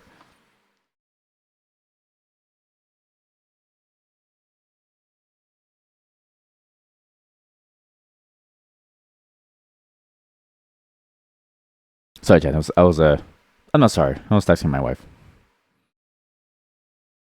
The only boring part of it are these walkways in between. They try to make it like interesting by putting these like little displays on the wall. But the reason why these walkways exist is because you've now exited one building and you're entering another building. But now look. Again, I want to remind you, you were like 2 to 3 stories down on the ground. Like this is not like a single layer. Like you were on the ground by 2 or 3 stories. It's like a reverse apartment. It's weird. That's crazy. What? That's weird.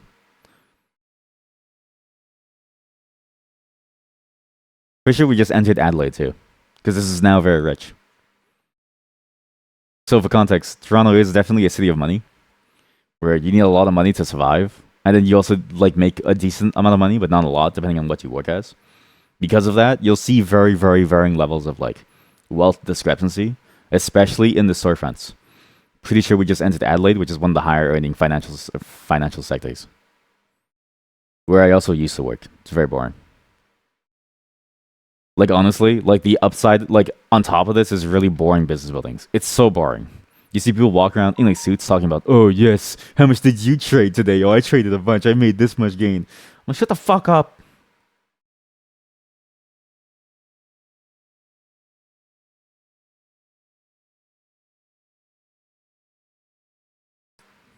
Holy shit, I haven't seen this side of it though. Maybe this is like a newer one I haven't seen in like forever. I'm assuming this is like a newer one. But wow. By the way, whatever you do, never go to Second Cup Coffee Co. No, also never go to never go to Rexall or Shoppers. They overcharge. Just like go to any like mom and pop pharmacy, not street pharmacists. That guy's jacket is sick. I want his jacket. His jacket looks sick actually. Holy shit, that's a sick jacket. It is confusing. This is a very confusing walkway. But the map shows it. But you see how much like food there is, and for some reason, okay, I don't know why. Sushi is like a very very common fast food here. It's like everywhere. Like everywhere you like go, there's like sushi as like a fast food. It's very odd. Not like strange or like bad. It's just it's something that you wouldn't have expected. Coming to Toronto, like I expected in Vancouver, but not in Toronto. Toronto feels like would have it feels like it would have been less sushi oriented, but there's a lot of sushi. Yes, I'm not even kidding you. This is we have a hockey Hall of Fame. Yes, I know it's very stereotypical. Yes, I know it's very stereotypical for the Canadians to have a hockey Hall of Fame. We don't really have much in the Canada chat. We really don't have much, right? You got a hockey Hall of Fame. You have Ripley's Believe It or Not. You have the Guinness World world records, and you have like aquariums and like zoos, and that's all you really have. Is that Bitcoin? Wait, where? Is that Bitcoin on the shirt? No, that's a team logo. That's a team. That's a team logo. We're not chat. I want you to Google like any like the name of any hockey player and look at them and tell me if you think that they are a designer of any level. These teams are designed to push people to the limits into walls and into other people. What the fuck is this logo? I love Dave's Hot Chicken. I didn't realize this was their logo. Dave's Hot Chicken is really, really, really, really, really, really, really, really, really good chicken sandwiches. But I didn't know that was their logo. That's oh my god, exactly your thoughts. See, Chad, we all have the same thoughts, Chad. This is oh god, Dolce chocolate. Onyx. Oh yeah, there's also we have a lot of chocolate shops, and I don't know why. We have a lot of chocolatiers. Every single place you go to has at least one chocolatier, and I don't know why. But you see up there, it's very hard to see from this angle, but this is like the first level that you go down from, and then you can go up one more time to then leave the building. But basically, like, this is the underground of this entire building. So this building is connected to like this like spot. And we're on like the first level of the underground path, if that makes sense. And from here, you can actually go outside to like downtown Toronto. And this building is very fancy. There's a giant. I don't know if well, he's going up. Jesus Christ. This building is always the bougiest building I've ever seen before. Every time I walk into it, I'm always like, Jesus.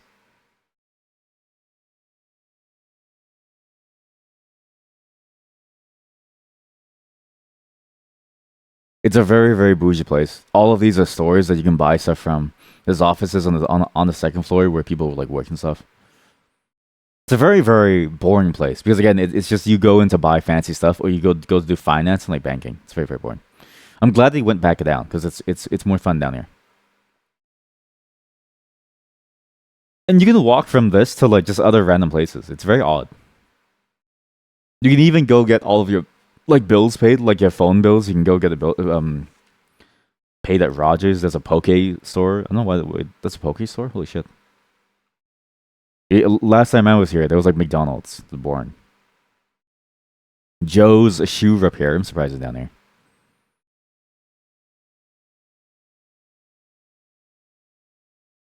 That's me right there. Like I'm telling you, if you want a really nice, quiet, cool-looking place to be, this is probably the best way to get a nice, quiet spot. Because up ground, right, like above ground, it's very hard to find like a quiet spot that's like busy. In the path, very very hard to find like a nice like it's very easy to find a quiet spot because it's very hard to find these stories in like general. You can just sit here and just enjoy life. How many clones do I have? Many. Look, her, that's me. Him or her, sorry. I actually have no clue.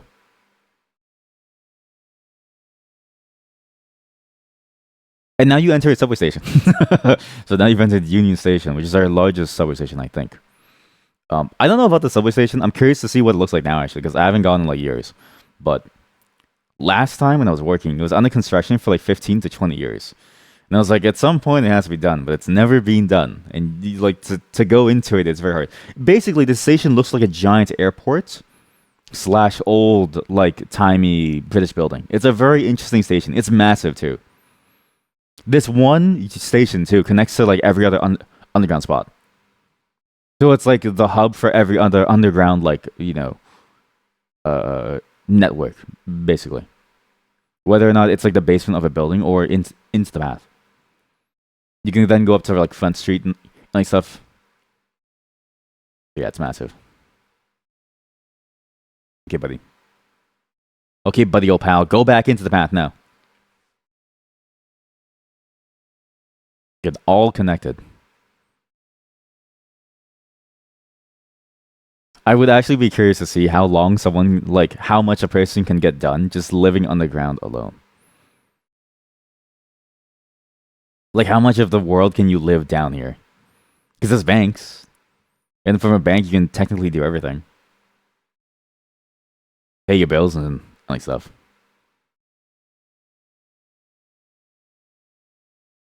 Yeah, this is one of these. Okay, so this is one of the multi-level buildings that I was talking about where you can go really deep on the ground. So right now we're on the first level of the. If you go up, you're in the building first floor and you can leave. But there's an elevator going down that takes you further down into more underground places. There's a parking space underground, but there's also some underground shops as well. It's a very surprisingly deep place. You can go pretty deep here, man.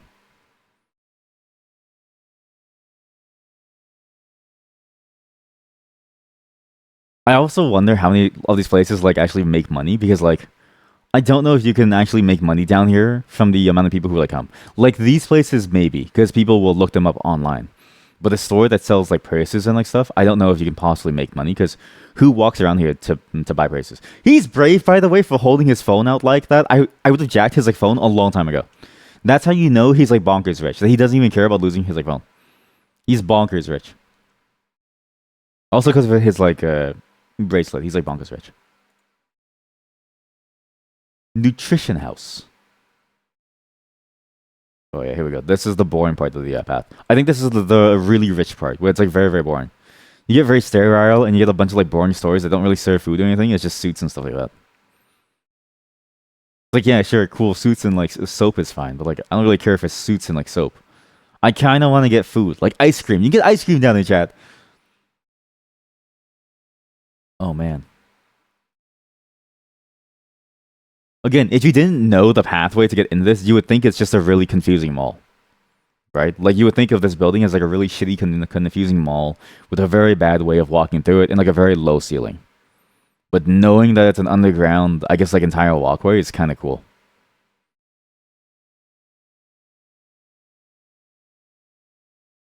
I also found another one that I want to show you. Not about the path, because while the path is cool, there's one more video that I want to show you that I hope I saved the link to. And if I don't, I didn't. Okay, well, I didn't save it, but I can find it. Because this is another place that I talked to you all about last time. A lot. No, here we go. Here we go. Here we go. This is the video. I don't know how good this video is, but they use YouTube stock music, so they're in for my book. I use this exact same song. This is Pacific Mall. Now we are getting closer and closer to where I live. Next up, I'm gonna show you my actual house address. But this is actually the largest Asian mall. I don't know how true that is now with some new developments over in Markham, like other developments, especially with the new mall that's meant to replace this one. But this is one of the largest malls, if not the largest, and it's completely Asian. Like you go inside, not like well, it's completely East Asian. Yeah, East Asian, Southeast Asian, like that whole bracket. It's like very, very, very Asian. Like this is it. This is the again. You look at this, right? You see, wow, Pacific Mall, Heritage Town. This is the place where I said it's just a food court. You just go inside. It's just a food court. It's really cool. And I hope they sell it. Oh, they didn't show it. The sword salesman. The sword salesman they're always there. They are always there every single year. They never leave. But I was like, you know what? Because like me telling you about Pacific Mall on like Google Maps is cool and all. But why don't I show you Pacific Mall, right? So you go inside and you think, oh wow, Heritage Town. What do you get? Well, you get food. You get a shit ton of food. You get a phone repair guy on the left side, jewelry stores on the left side, and you get a statue of Lu Bu for $2,000 right in the corner. Please pan to it. It's somewhere there. It's in that corner that he didn't pan to fully. This is the jewelry store. I know the layout like the back of my hand because this place was like if you know an Asian person in like Toronto, right? They know this place. They know this place by heart because this is like our culture. this is like our place. And they sell a lot of crazy cool stuff. You get bubble tea. You get more bubble tea. I don't know why there's so many bubble tea places. There's a third bubble tea store like right there. And you get these dried fruits and candies, and then also herbal essence like stuff. So like herbal teas and herbal leaves and like dried fruit leaves and like stuff. Those bubble pop things, I just barely miss it. Sorry. There's like random stores that sell random shit. There's like random stores that sell these like bags and stuff for really cheap. It's like it's very weird. Then you get like just again more food. It's really mainly a food court. You really only go here to eat food. It was also not this poppin' last time we went. But we went during COVID, so maybe it's a lot better now. Or maybe this was around Chinese New Year's. This actually may have been around Chinese New Year's because this was like 5 months ago, which I think was the time. There's a mobile surgeon. He fixes your phone. You get even more bubble tea and tofu. Again, another third bubble tea place. For some reason, this bubble tea place, Real Fruit, has 2 stores in here that we saw at the beginning. But this stand in particular makes curry fish balls. So you buy three skewers of curry fish balls and $1 extra for bubble tea. So you get a really good deal. Then you get the food court, and I hope they show Hot Star. Unless Hot Star closed, let me say it. The only onigiri place is okay. This is the main reason why you come here. I'm not even kidding you. Not like to P Mall itself, but like to the Heritage Town. The reason why you come to Heritage Town is to come into the food court. Everything else is kind of like whatever because most people won't be able to like the reality of it is that nobody's coming here every day or like when they go out to buy jewelry from the J jewelry like dealer, right? Or no one's coming here to buy like the swords or like the lubu every single time. They're here to buy food like curry. Ah, I love this place. I was glad that I found this too, because the next most recent video was during COVID, which didn't show the like life. Whereas this really showed the life that it was before COVID really hit. Because before COVID hit, like even before then, like during its like heyday, it felt very busy like this. But if you go on certain days, it's very very empty.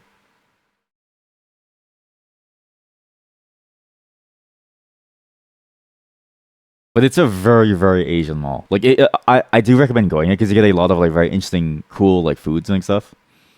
And then I don't know, it's just a fun place to chill and hang out to because once they show the main mall area, you're going to see a lot of the various different types of stores and the various different types of cool things that they have, various different types of activities, as well as the various different types of like I guess like zones that you can go to. Some of the best tattoo shops in Toronto started back here, in this corner back here. I don't want any. Sorry, I don't want any. Thanks. Over here, by the washroom, again, as I said, before they put the statues here, this used to be the spot where everyone used to film their dance videos. I'm not even kidding you. Every single person used to film their dance videos over here. There's also one at the other end as well. So there's two ends.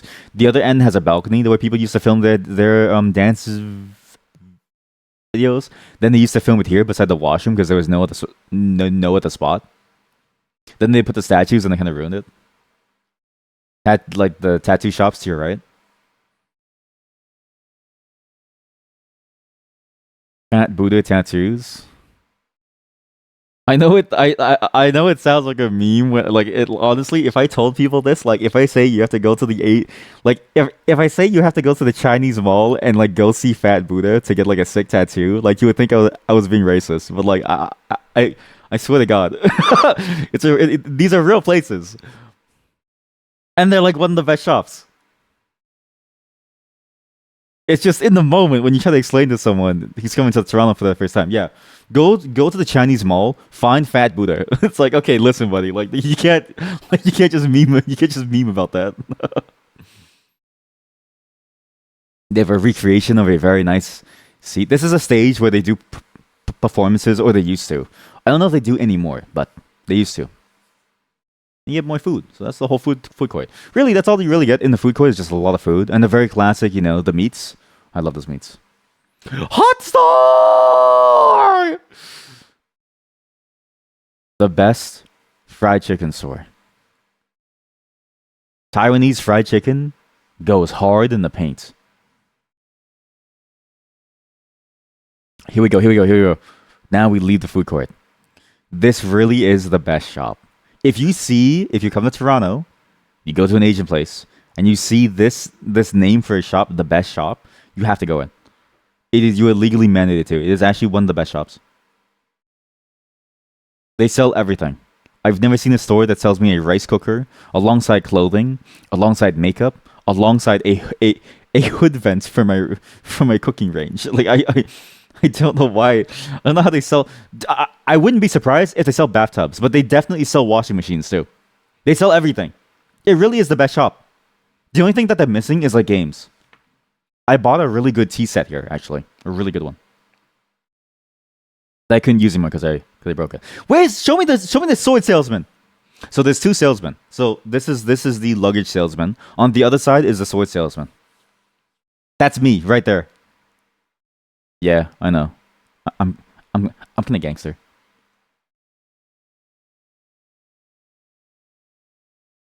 That's me. I mean, everyone in this video is like me at this point. Every Asian person you see is me.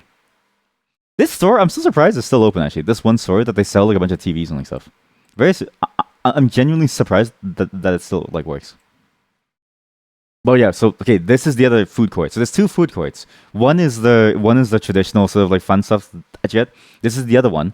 Down there to the right is the other dance hall. It's the balcony where people used to like dance on until the security stopped us. This used to be a really good restaurant, and then I guess they closed down for a candy store. Oh, he's going to the balcony. Let's go to the balcony. So yeah, this is the other food court. This is a very okay. That guy was like, "What the fuck are you doing?" I love these. I love these walking videos because it really shows just how like unawares. He's like, "What the fuck are you doing?" He's like, "Oh, what are you doing over here?" Oh man. But this is the more easily accessible one because it's like right out there. You don't really have to go deep in to like find it. And the other one that's inside the Heritage Town is like very, very packed. Most of the time, it's very hard to find a seat. In general, it's very hard to find a seat. So, oh, the milk tea, chat. The milk tea is insane. You have to get the milk tea over here. This is the good shit. Foodie Boy is insane too. Oh god. And again, this is very what you know what I mean. This reminds me of like home. This style of like working, this style of like restaurants and stuff. It reminds me of home. Please don't film them. That's so weird to film them. I will say the person filming this is very odd. Please take a right. You son of a bitch! Show me the dance hall. It's not really a dance hall. It's just a balcony.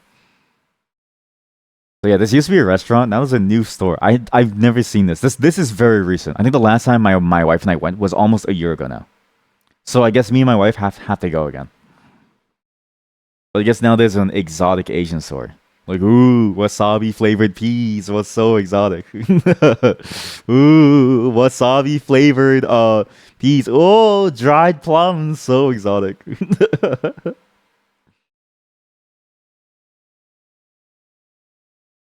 Fuck, the video stopped buffering. God damn it. Hey. Hey. Hey. 1080p up in this bitch. We're going down, chat. My bitrate has to be saved. I wonder if they have the White Rabbit. There's a candy called the White Rabbit, which is insanely good. Is that it? No. But these do look really good. I actually would want to come here. Maybe. I don't know. It's a White Rabbit! If you need okay, if you get any candy, get that. The White Rabbit. I don't know how to explain the flavor. It's a bit like if milk was curdled and it's a bit like if milk was solidified into like a chewy toffee gooey mess. It's very good. It's a very acquired taste, but once you like it, you'll love it for the rest of your life. Wait, that's the painting salesperson. The sword salesperson is right there. So there's also so there's 3 salespeople that surround the stairway. Okay, I don't know why they surround the stairway. I don't know. I don't know if they're supposed to be there, but they're always there. It's the same 3 too. Painting on this side, luggage in this corner, sword salesman over here, and bench over here. It's the same layout every single time. There used to be an arcade, which it's still there. Unbox the fun. There it is.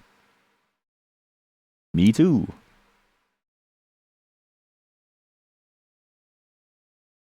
I don't know how the store is still open. This is a clothing store. My wife has a theory that it's a front for like a drug dealer or like something because we always walk by it and it's always empty. So this is the sword salesman. Fuck you. Turn the camera back. This arcade is dead, by the way. This arcade is actually like awful. I don't know why you would go here. This arcade used to be fun for like cool games. Actually, this is one of the few arcades that still has a House of the Dead and Time Crisis. I think they still have it. The only other arcades that you can find House of the Dead and like Time Crisis at, I'm not even kidding you, is at Niagara Falls.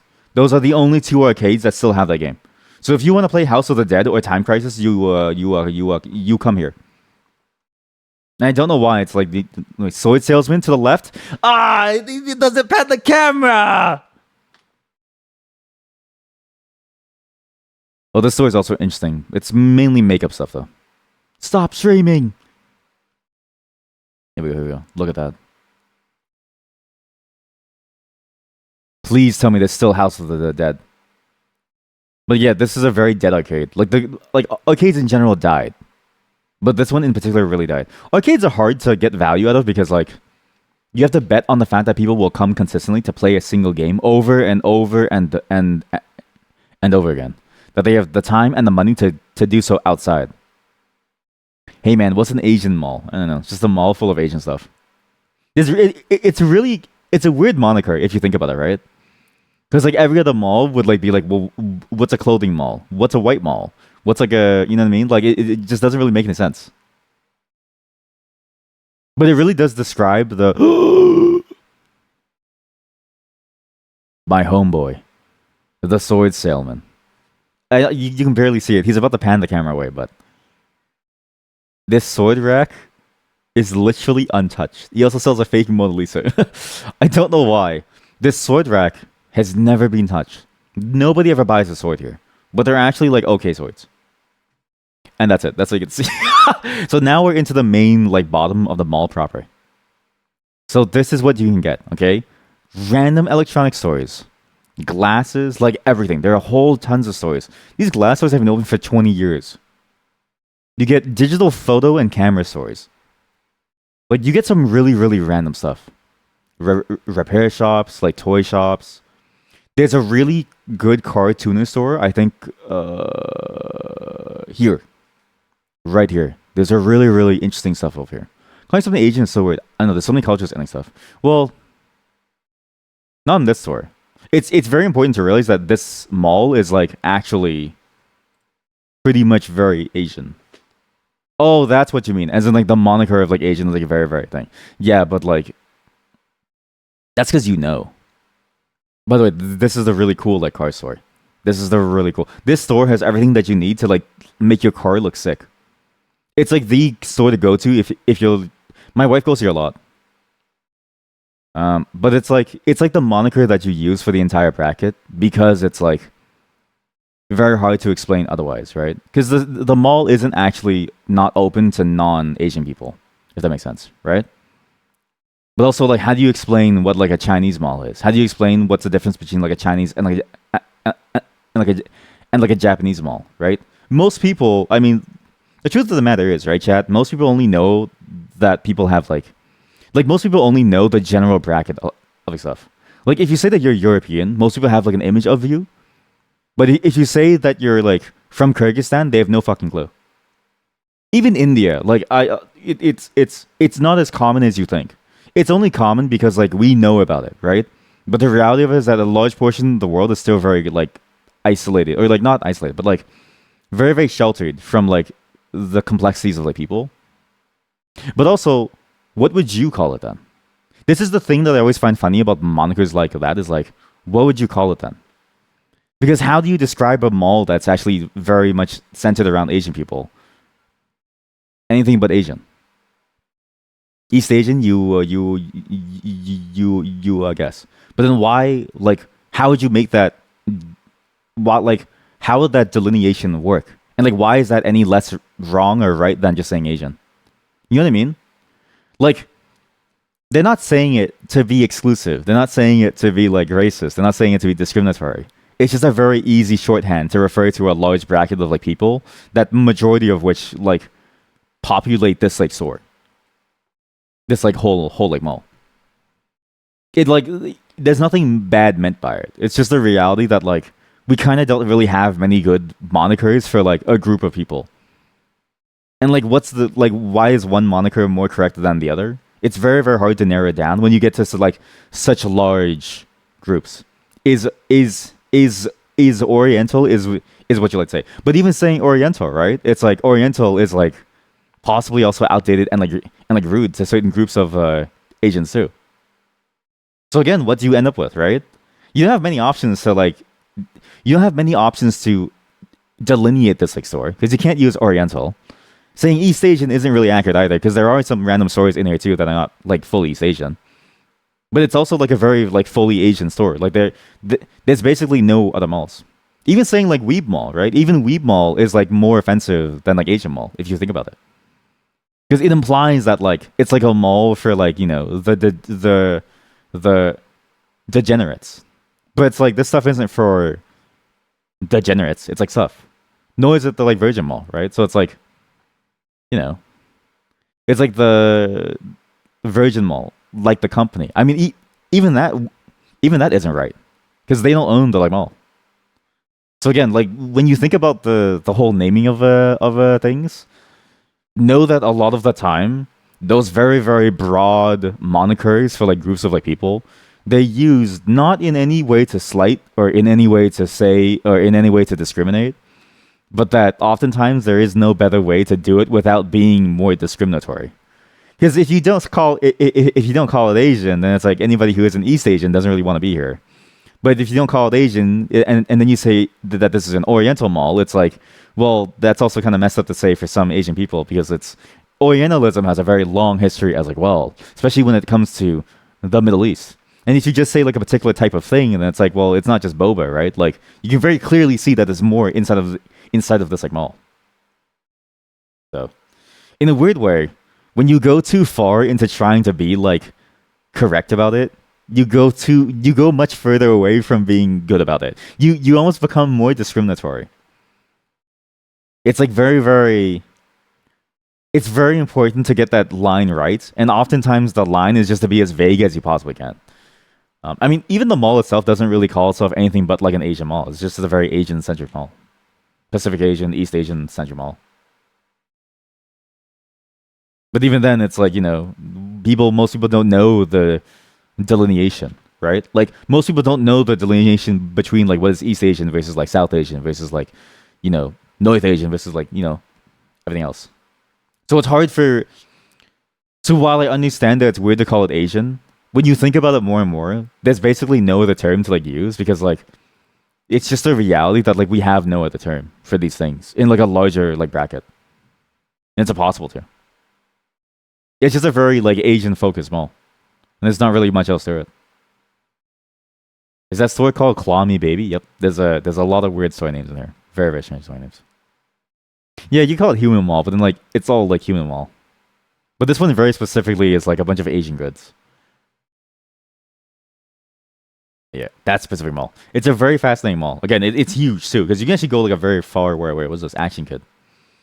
Largest Asian mall in North America. Oh my god, this video is sold out. Jesus.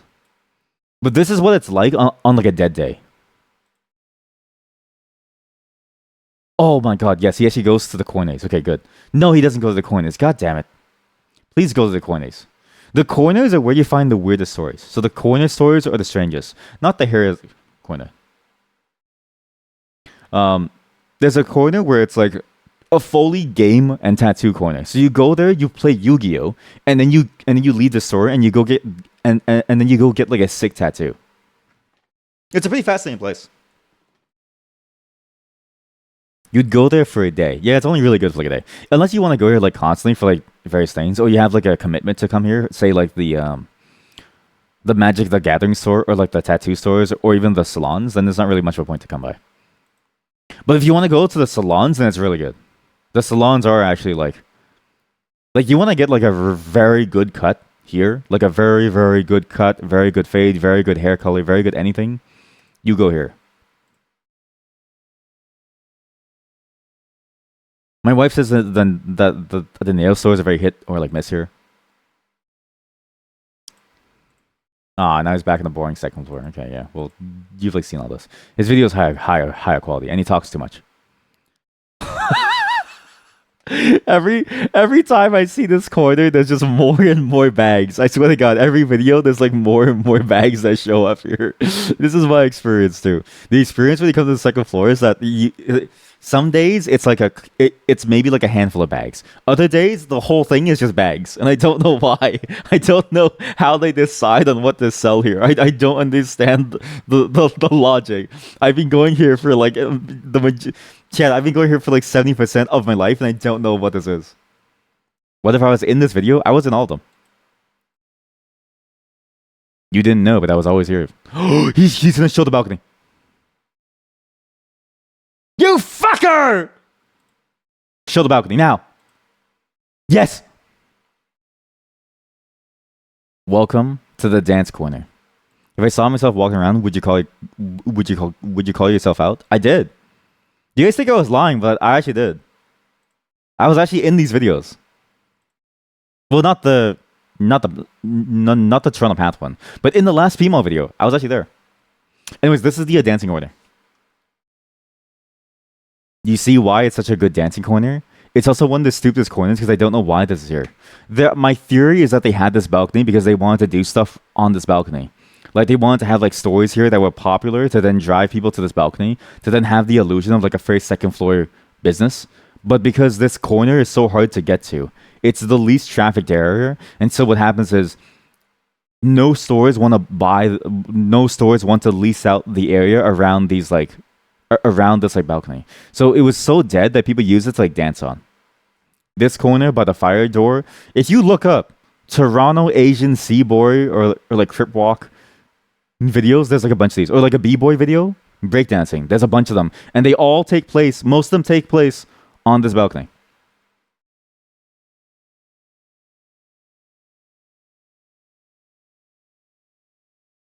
Yeah, this like balcony's that. They're replacing this mall soon with a different mall. So they're gonna break down this mall and build like another Pacific Mall. The reason being is because this mall, as you can probably tell, is very old. The maintenance of it is like getting risky, and also like the overall vibe of it is like very outdated compared to the malls currently in like Toronto. Like if I show you like here, I'm gonna show you like an actual like huge mall. This is probably the most. This is probably the most expensive mall in Toronto, but it's also like the most accessible one too. Yorkdale. Well, between this and Vaughan Mills, I think this Vaughan Mills Square One. Oh, and also the one downtown I keep thinking the name of, but the difference between like Pacific Mall and like this is astounding, like actually astounding. To be fair, you can go into this mall here, this building right here, that one right there. That's a restaurant. Every bottle inside there costs like like a single glass of like tea costs like $15. You can come here, buy a $2,000 jacket, and you've bought the entry level. I'm not even kidding you. Like obviously there's like the Gap and like what's that blue jeans store? I don't know. Blue Navy? Old Navy, sorry. And you can get like a $10 jean, but like chat, there are stores that sell $10,000 shirts in here. Like there's actually like insane price stuff in here. So like the gap between P Mall and what you see here is very huge. But that's why you also get cheaper things at P Mall. Like it's actually a lot cheaper compared to where you go elsewhere. You go to P Mall if you want a good deal on like stuff. Obviously, because the overhead is a lot smaller, considering that your shit doesn't like you don't have a 5-star restaurant looking place in a mall. You know what I mean? In like P Mall. This is in a mall, by the way. This cafe, it's a shit ton of money for your coffee. Landwear Cafe. It's so expensive.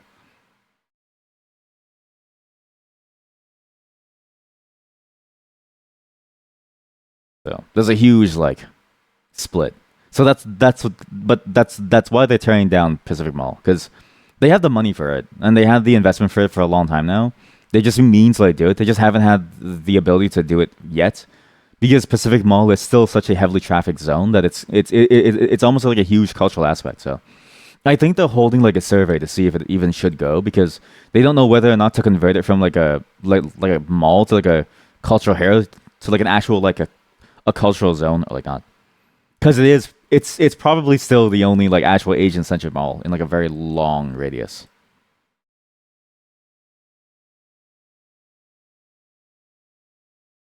which is interesting, very interesting.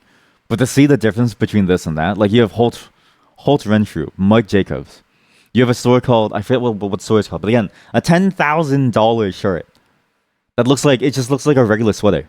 But people go there, they shop, and I see them leave with their bags of stuff, like freshly bought. I'm like, dude, my brother in like Christ, that's so expensive. Why?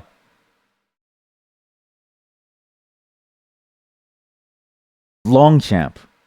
To be fair, this mall also has one of my wife's favorite stores, Miniso. It's a very cool little like Japanese store. Montclair, this shit is so expensive.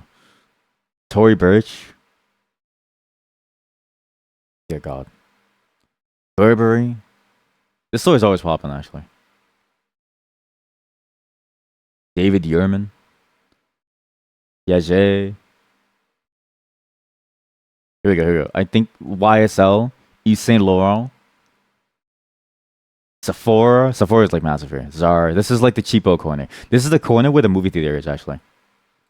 Down a bit and you see the movie theater. I thought they would go towards the other corner, but I was mistaken. Now we have the movie theater. You have the underground Moxie's like restaurant. I don't know why people go eat there. It's very expensive. It's like I want to say $50 for like a basic meal. I'm gonna find that one store that has like $1,000 shirts. Saint Laurent, Mont Blanc, Van Cleef, Rolex, Lush. Hello. Here we go. Here we go. This store right there. Please walk by it. There's a Tesla store. This store. Fuck! Turn the other way. Fuck Tesla. Oh, you cock. You cock. Oh, you like to be cucked by Elon Musk, don't you? Huh? John Varvado. That shirt on display is $4,000. I know these prices. Further in, you get the $10,000 shirt stuff. This whole outfit probably costs you like $10,000. I'm not even kidding you. Welcome to Toronto's malls. I thought that was a fun way to show you guys because I talked about the malls last time, and I figured might as well give you guys like an actual visual representation. And I found a lot of like really cool videos showing it. But we're done talking, chat. As fun as it is to show you guys some weird, I guess, like cultural things, especially because it was Canada Day yesterday. I was gonna do this yesterday. I just didn't realize that it was Canada Day, which is like my universal day off. It's not really a universal day off. Like anytime there's a holiday, I always take it off at like work anyways. So I figured might as well keep the tradition going to really make myself feel good. But for Canada Day, that was a good showdown of like what you see inside of Canada. It's a very interesting place. I mean, it's just Toronto's like a very big money city. It's why it's so hard to live here because it's like you need to make a lot of money to like live here. And the disparity has its highs and like lows. But there's also a lot of like cultural pieces that you see. And I've actually only showed you maybe like 1% of like the cultural pieces, right? There's a lot more cultural pieces that that I barely even got into because I couldn't find a good video showing it. So maybe I might film my own at some point. Who knows? Maybe we'll do like vlogs. I don't know. But hopefully you enjoyed that. We're gonna move on to games today. Now, however, we're going to be doing some other types of games today. We're going to be doing some Kenshi today, as well as a game that I found randomly online. I don't really have a good song for this because I don't really know the mood of this game. I've heard that this game is more of a roguelike. So I'm going to give you something interesting. It's a bit more, I guess, like down, not like down low. It's a very, very solemn song that I really enjoyed recently. I was listening to Sufjan Stevens. I don't know how to pronounce his like name. But the reason why I really enjoyed this like artist is because of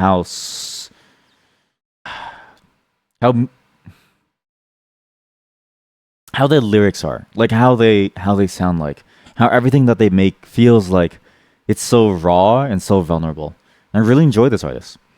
You might recognize them by their most famous song, I think, which is probably this one. This is like their most famous song here. This one being Chicago. Yeah, that's around like sorry. This is probably their most famous song because it's used in a lot of media.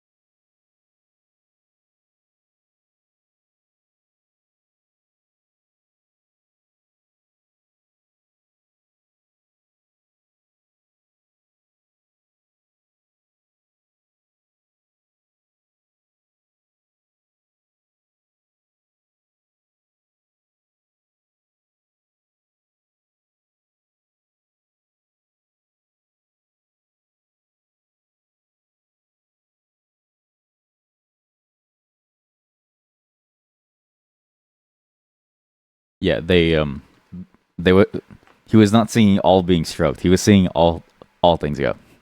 But I really really enjoy Sufjan Stevens. I mean, my favorite albums from him are probably Javelin as well as Illinois. I played an Illinois song here before, Romulus, because I thought that song was fantastic. But even his more like fun, I guess, more poppy songs still sound very very good as well. It's primarily the combination of his very soft voice and its very very surprisingly deep lyrics for what the subject matter is about, and his amazing ability to tell stories through his songs. He's a fantastic like songwriter, as well as musician. He's also a great example of if you want to make music, don't let hardware hold you back. When he made the Illinois album, guess what he filmed it on? Or guess what he recorded the entire album on? One of his best albums was recorded on a Shure SM57 as well as a Shure SM58. One for his voice, one for his instruments. It was just recorded, and he played everything, and it sounds fantastic. The mixing on that whole album is amazing. Again, he's a wonderful artist, and I really enjoy his stuff. I've been listening to his stuff more lately because my playlist kind of circled back to him. And I was like, what else has he been doing? So even his newer stuff is very very good too. But Javelin and Illinois really stick out to me as some of his best stuff in terms of IMO for the type that I like from his stuff. But we're done the Just Chatting segment, chat. Say goodbye to Just Chatting. Say goodbye to the iPad. Everyone say bye. iPad, YouTube. You're gonna show up. I don't know. I may upload the pre-stream stuff eventually at some point as like a separate VOD somewhere. The problem is that it's full of copyright, so I usually don't do it. It's why it's coming in the form of shorts, because this is just really for the live viewers. This is like a segment for us and the live viewers to get into even some very complex topics. Because again, that statement about why it's called like an Asian mall is a very important statement too to like think about too. And I'm glad that you brought it up because like I've been thinking about that a lot too as well.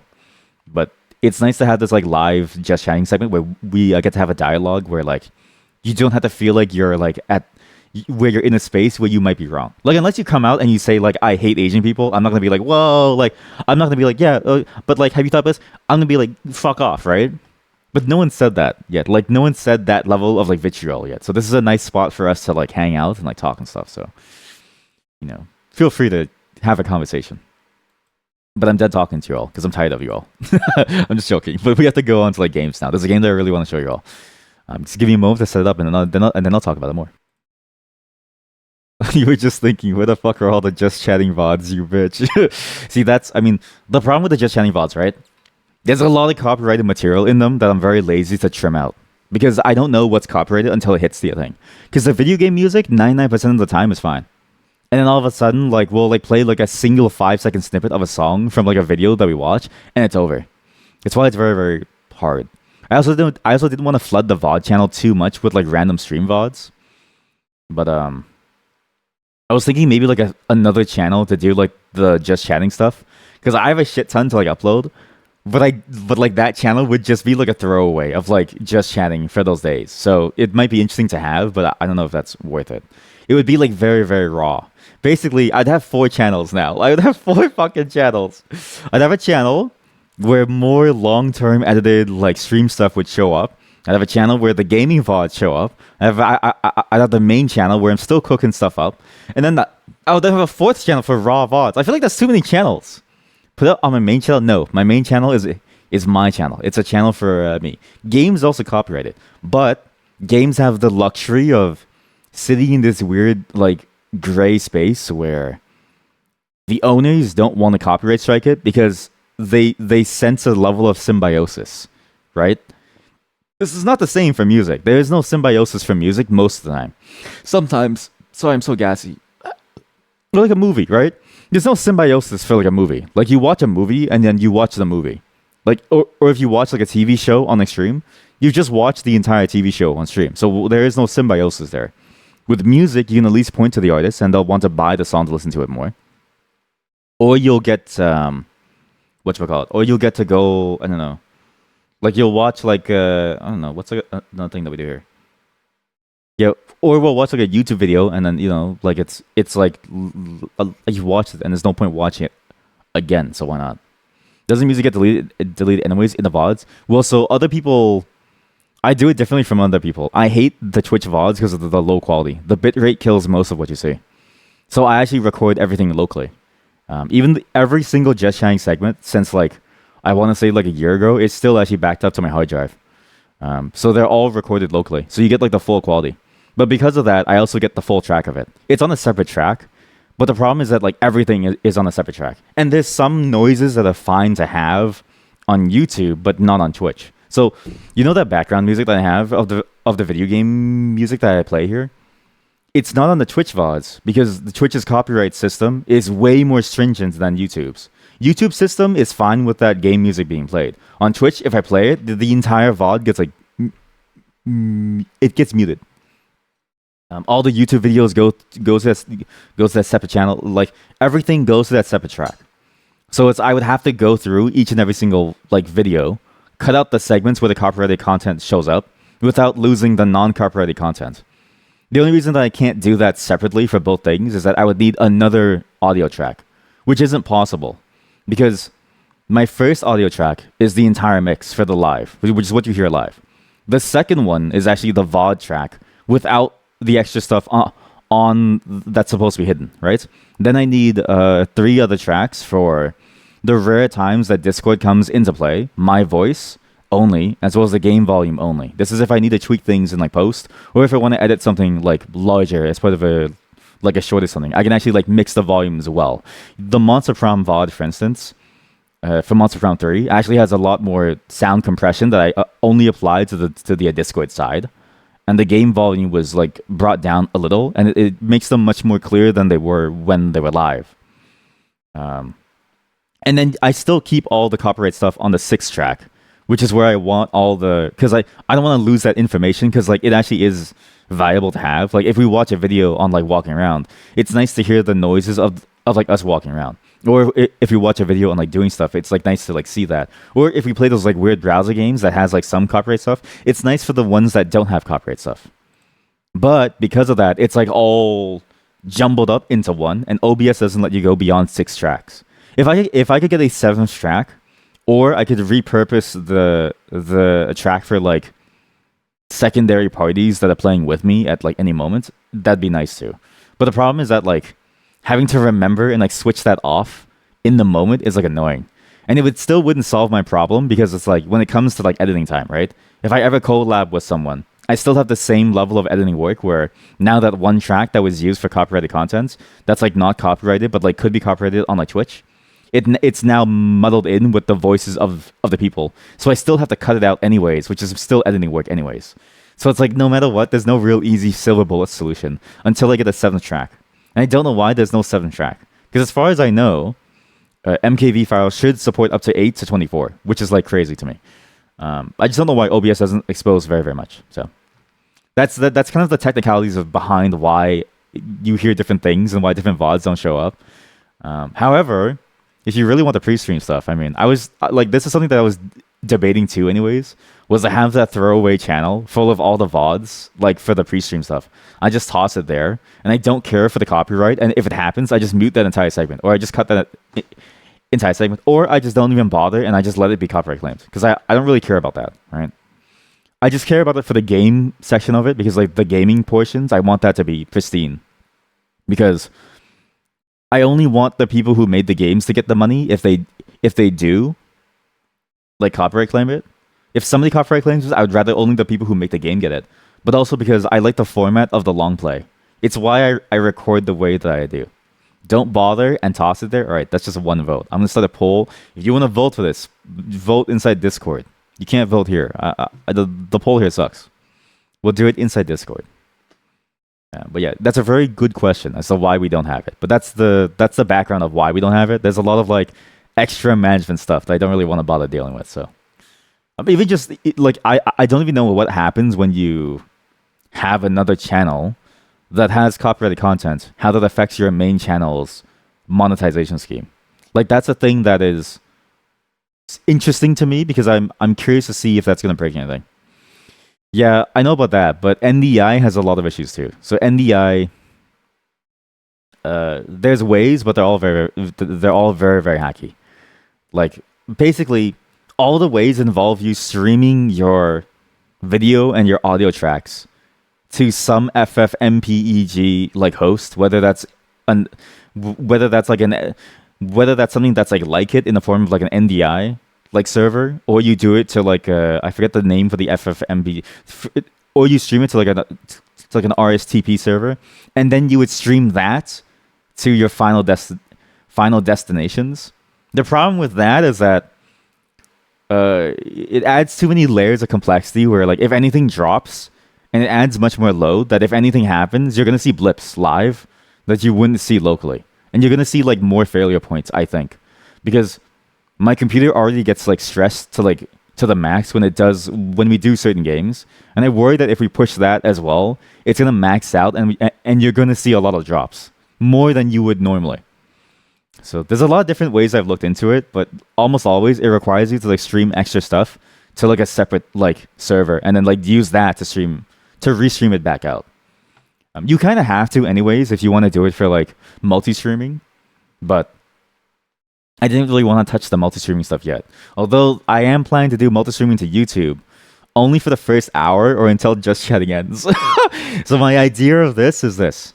You come onto the stream, you then end up in like on the YouTube, and you have no clue that I have a stream. You see my stream after an hour of Just Chatting, or as we switch off of Just Chatting into into the music intro, I then say, bye YouTube viewers, you have to come over here. So it's a way to funnel more, but it's more of a strategy than necessarily a technicality.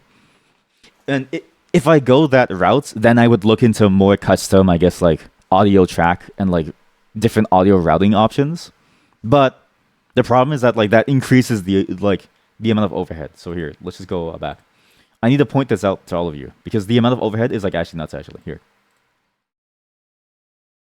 Because this is what I have in mind, but the overhead becomes like this. I know this is like a weird tangent, right? As I said, we're gonna move on to the games, but it's important for me to share this. Okay, just ignore this. Fuck. Where are we? You know what it is? I've been okay. So this is the zoom level that you're supposed to be working at. I've been drawing everything at max zoom, so I have no space. We have to zoom in to the Hua Moa. Wait, where's the smallest thing that we have? Where's the Iron Mouse thing? Or like the active chatter stuff? Oh god, I lost my chat. I lost our place. Here we go. Streamer to Steam pipeline. What? All games like what the fuck is this? What is that? Okay, this is a good spot. We'll do it here. Okay, so what I wanted to do, because if I do the multi-streaming thing, right? I have my PC over here. Okay, this is my PC. Look at it, large thing. Looks like Tom and Jerry. It probably is Tom and Jerry, actually. I think we were talking about something involving Tom and Jerry. So this is my PC. Right now, okay, currently, it's like this. We go from my PC straight to Twitch. There's actually no in between. So whatever I'm doing, I go directly to their servers. This is nice because you only get a single upload. You only get a single digest. You only get a single stream of like of data. So like, okay, sorry. So stream 1. Okay, this maxes out my connection. So my connection might be, I think right now it's like 6,000 kbps, kilobytes per second, which is actually insane if you think about how smooth it usually is. This is a very decent bit rate, but also this is like pretty large if you think about how often this like runs, right? For me to multi-stream, no matter what I would have to do, it would no matter the method, the one stream. So if I want to multi-stream, it'd have to become 2 different streams. And I know there are services, and I'll talk about those services very soon. But if I want to do this locally, I'd have my one PC set up, and this one stream would have to be split into 2 different ones. So this one might be going over here, going over here. One is to Twitch. One is to YouTube. The problem is that now you are now uploading double the amount. So you would be uploading 6,000 kbps as well as 6,000 kbps. In terms of computer performance, it's actually not that bad. Because what you can do is just take the one video feed and split it into two. So this is the one video feed. Split. And you just copy it over into a separate whatever, I guess like a buffer is what we'd call it. And then you would just like toss it into, and then you would encode it and then like throw it to someone else, right? Or sorry, this would be past encoding. So you would do all the encoding on the PC and stuff. You would get you would then get the final like frame buffer, and you would just copy it over into a second one and send it somewhere else, right? But either way, you'd have like a doubling of like upload. So I want to do the multi-stream to like draw people from the YouTube side into the live streaming side. But this is the problem of like how long could I run this? It's why I only want to do it for just chatting, because then what I can do for just chatting, because just chatting doesn't really use the full 6K. I can just do the YouTube down into like say 2000 or 3000, right? You get way worse quality. This is like half as much quality.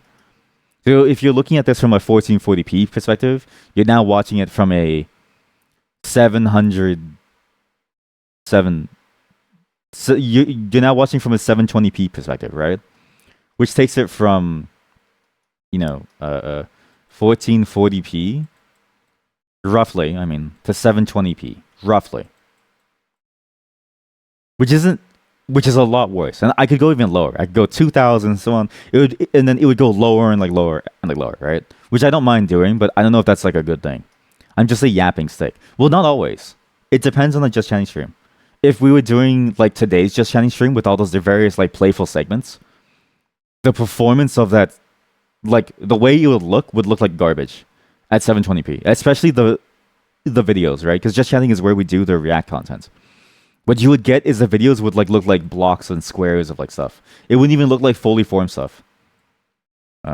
Especially when you consider that like you will always have a level of loss and a level of dropping as you send it over to different platforms. I know you say you that you guess, but you have to realize that this is not the same as a pre-recorded 720p. A pre-recorded 720p is vastly different from a live 720p because the bitrate is variable. It fluctuates up and down across the entire segment. Even right now, it's not at 6,000. It fluctuates from 5,500 to 6,000. And it can go even lower or higher. And because you're doing it live, and because you end up with the scenario where your encoder needs to work with it on the fly, you don't get a lot of the same optimizations. So you don't get a lot of the same results that you normally would when you do it off of like an offline encoding process. Well, it's not really YouTube tax. It's just more the reality of like how encoding works, right? Like really good quality encoding takes like time. It's why rendering a video takes so long. Because when you render a video, you can set the level of quality such that it would be like, oh, like how do you combine these two similar blocks? Well, you can combine them in a way that looks visually pleasing if you spend a bit more time. When you're live, though, right now, my frames have to render within 1 millisecond before OBS starts to shit the bed. So live, you have about 1 millisecond to encode the entire video frame before it before it delays too much and the entire thing dies, right? Which means you don't get easy blending of like blocks. You will get very crass blending of blocks, kind of like this. Oh, YouTube tax for the viewers. Go to chat to us. Yeah, exactly. Which is why I don't mind if it's lower quality here, right? Because it is the YouTube tax. The YouTube side is like not the main side, but it's a way to like bring them in. Doing this would then also let me do some other things like bringing in like more than 6 audio tracks. But the problem is this. Right now, OBS can only do one thing, which is send direct to a feed of somewhere. Multistream is not a built-in capability, so you have to. There's various ways that you can get this ability, right? The key is how do you do this spot? How do you split the frame into two different places? There's a naive approach, so there's various levels of approaches. You have the naive approach, which is you do twice the work at the source to then output 2 different streams to do different platforms. This now looks like a person walking, and I didn't mean to. So encoder 1, and then encoder 2. This is the very naive approach. And you get this approach no matter what you get, because either way, it's very hard to get the other approach correctly because the other approach involves like a server, and I'll get into that. So this would go to like YouTube, or this would go to like Twitch. The other approach is you take your one stream and you just push it to like some server, which then handles serving that to your various other services. This gets you a lot of like flexibility because you can go as far as you want. You can even go to like 4 or 5. It doesn't really matter. It matters about the connection on your server and between the server and like you. But it's still like an extra hop. The very naive approach of this is an RTSP server. Oh, sorry, yeah. Is you use an RTSP server that you can run locally. It's a very simple server like format. It's a very simple protocol. This is a protocol, real-time something transmission protocol or like something, and you stream the video to it, and then this would stream to your other things. The problem with this is that I don't know about the interaction at this level. So let's say my connection. Actually, no, it shouldn't matter. No. If it's local, then it shouldn't matter because you just open up like a second. Because you open up like a local connection, which is on LAN. Yeah, no. So this is your optimal solution. It's just technically expensive. So LAN, this is zero cost over wire. So this is zero cost over wire. Because when you're on LAN, it does a lot of various optimizations. This is where all your wire cost is. So this is where your wire cost is. So over your actual internet connection. Use FFmpeg like a cool hat sucker. Hat sucker? Oh, hacker, sorry. Yeah, like, and then you would use FFmpeg for like on the RTSP server. So like then copy it over into 3 different like frames. Like basically the server would be using some form of FFmpeg locally to do the split into 3 different frames, right? Split 3 frames. And then you would just do that over here. But that's a non-net. It's negligible, but it's also not free. So I don't know what the performance impact of this would be, but this is a viable solution, and I know that it works because I know that Iron Mouse uses this exact thing.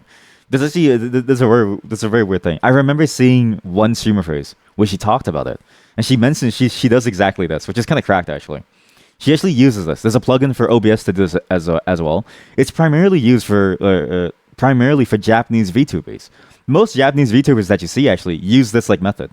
The plugin is very, very popular there, and it basically does this for you, and then you just have to send it to a server. So basically, this work is done here, and then you use the server only to throw the frame somewhere. Like that's all you really do, which is fascinating. The problem with this is that again, it's a bit more. It's very technically complicated at this point.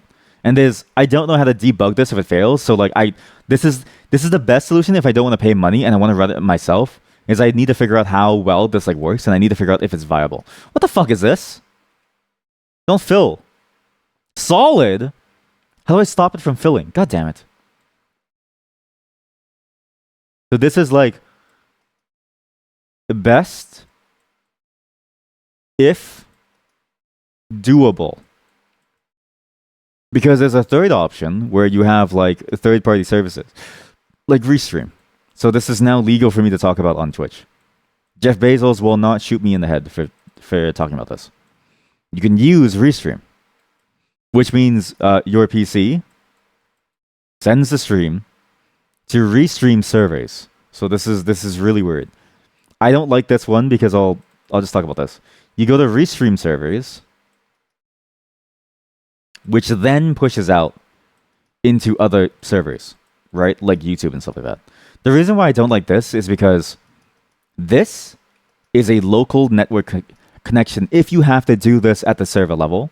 But there's a plugin to do this all within OBS, so this all becomes one single track, and it simply exposes other outputs for OBS too. So this effectively rolls in this whole piece of functionality here into OBS itself through like a plugin, right?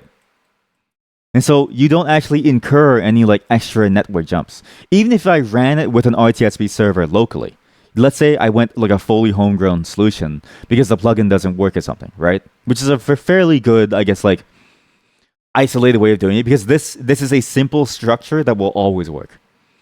Going over LAN is a zero cost. Going over into your own internal like server that runs on your own network that only talks to that only talks to like host. That's a very zero cost like function. It's not fully zero cost in terms of like like how much your computer needs to run this stuff because my computer is now running like an extra server on it and I don't know how much work that is going to like be in terms of like how much CPU time will be spent on this. But in terms of like network cost, it's basically zero, right? You can basically ignore it because it's not even going like out of your network card. It's literally staying within your machine. So the operating system does a bunch of things to it. The only time it ever leaves your network, the only time it ever leaves your machine is when it goes to these various servers.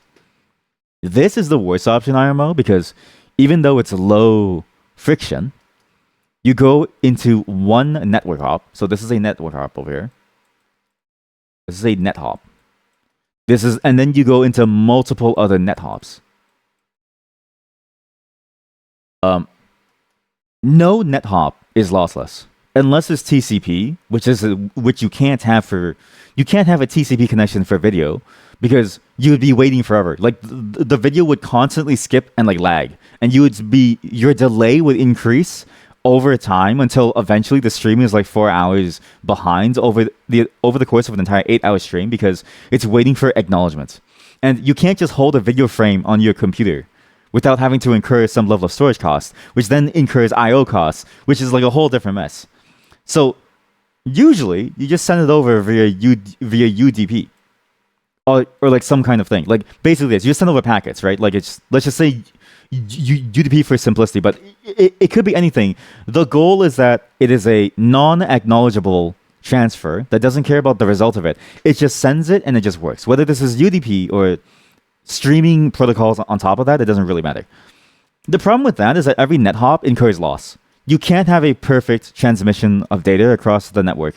You can only hope that you get enough of it that it's readable. It's why a lot of data packets have some level of like safety in them, as well as like error correction methods in them to try and recover as much data as it can, or let the destination know that this is garbage, so ignore it, right? I don't know how much I would lose going from like this to like this. The question mark is how much do I lose in terms of quality as a percentage? Because you're always going to lose it at this point. So my cost here is an unknown, but now I incur a cost going to the initial server, which then needs to push out, which is also unknown. Doing it locally, I have a near zero cost. Let's just say it's zero cost for the sake of it, but it's like zero cost. You only incur the cost over here, which I don't really know how much this is, but in general, it's going to be a measure of the bit rate that I set, plus some level of like overhead for authentication stuff. So now I'm introducing two sets of things going to Restream, which is annoying. And this also ignores the fact that this is all local. So this is on my machine. So, all local. Up until it leaves my computer to go over internet. It's all local. Which means I can be reasonably assured that none of this is going to go down unless my entire computer goes down. In which case, that's a catastrophic case because it means that everything goes down. The stream would die. The game that we're playing would die. My entire computer would be shut down. I would then go to the washroom to pee. Like I'm going to do after this talk, but not now. This, I have no clue about the reliability of the service. Okay? 9 nines is a very hard metric to get to. This is a very difficult level of uptime to get to. Most services are kind of like here as like a general okay line, right? This is like the golden 1% standard. Yeah, this is like something that only AWS can possibly afford to do because they have bonkers money, right? This is like the okay standard. Even getting like 2 nines is like very, very hard because it gets harder and harder to guarantee uptime once you're at the very, very upper echelons of like stability. The reality of it is that when it gets taxed enough, most services probably drop down to like maybe like here. So it's like I don't really know how good this like server is. Average under load. Most servers end up like this. So I don't know how good this is, but for like a real-time streaming service that you need to push video frames over, I don't know how much of a guarantee there is. Because I can't imagine how frustrated I would be if a third-party service that I don't even control, that I rely on to get a video feed over, crashes. I would only use Restream if I could go as into YouTube only, but you can't do that because of this problem, OBS. And the only way for OBS to do this split over here is by using this plugin or some similar method by going into a separate server. Then you might as well do it all yourself and go to the final destination servers yourself versus then pushing one of these streams into Restream. Like, it just wouldn't make any sense to then go Restream into YouTube to add like an extra. Like, there's too much complexity now and thus loss. So it's like, this is out of the question. This can work if I can guarantee that it doesn't blow up my computer, if it's doable. But now there's a bunch more complexity that I have to manage. And also, either way, my bitrate is going to go from just 6,000 to maybe 9,000. Or maybe like 8,000. Like, it really depends on how far I want to go down. But I don't want to get too far below, I guess, like 2,400, I think. I think 2,400 is the limit before 720p looks very, very, very bad. But I wouldn't be pushing for... But this is the other problem, too, is that I can't do this.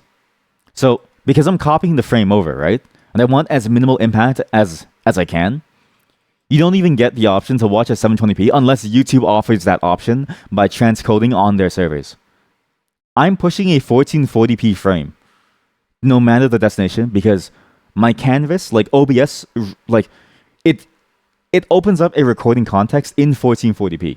Like 1440p is my context. Is my context. And for you to re-encode from 1440p down, you'd have to do either a re-encode process or a very naive, like a scaling down process. Both of which wouldn't work very well, because to get to 720p, you can either re-encode, which requires you to spend more GPU time, which is, again, a perf hit. And I'm already running at, like, the edges of performance. I'm 2080 Ti, which is my card as well, because anything that's on the older architecture, which I think is the Turing architecture for NVIDIA cards and below, realistically can only do around 3 NVNC operations. At most, you only get about 3 operations. And I don't want to use the CPU because even though the quality is better, CPU, it's a lot slower. And it impacts more than your graphics card because the graphics card has separate cores for encoding.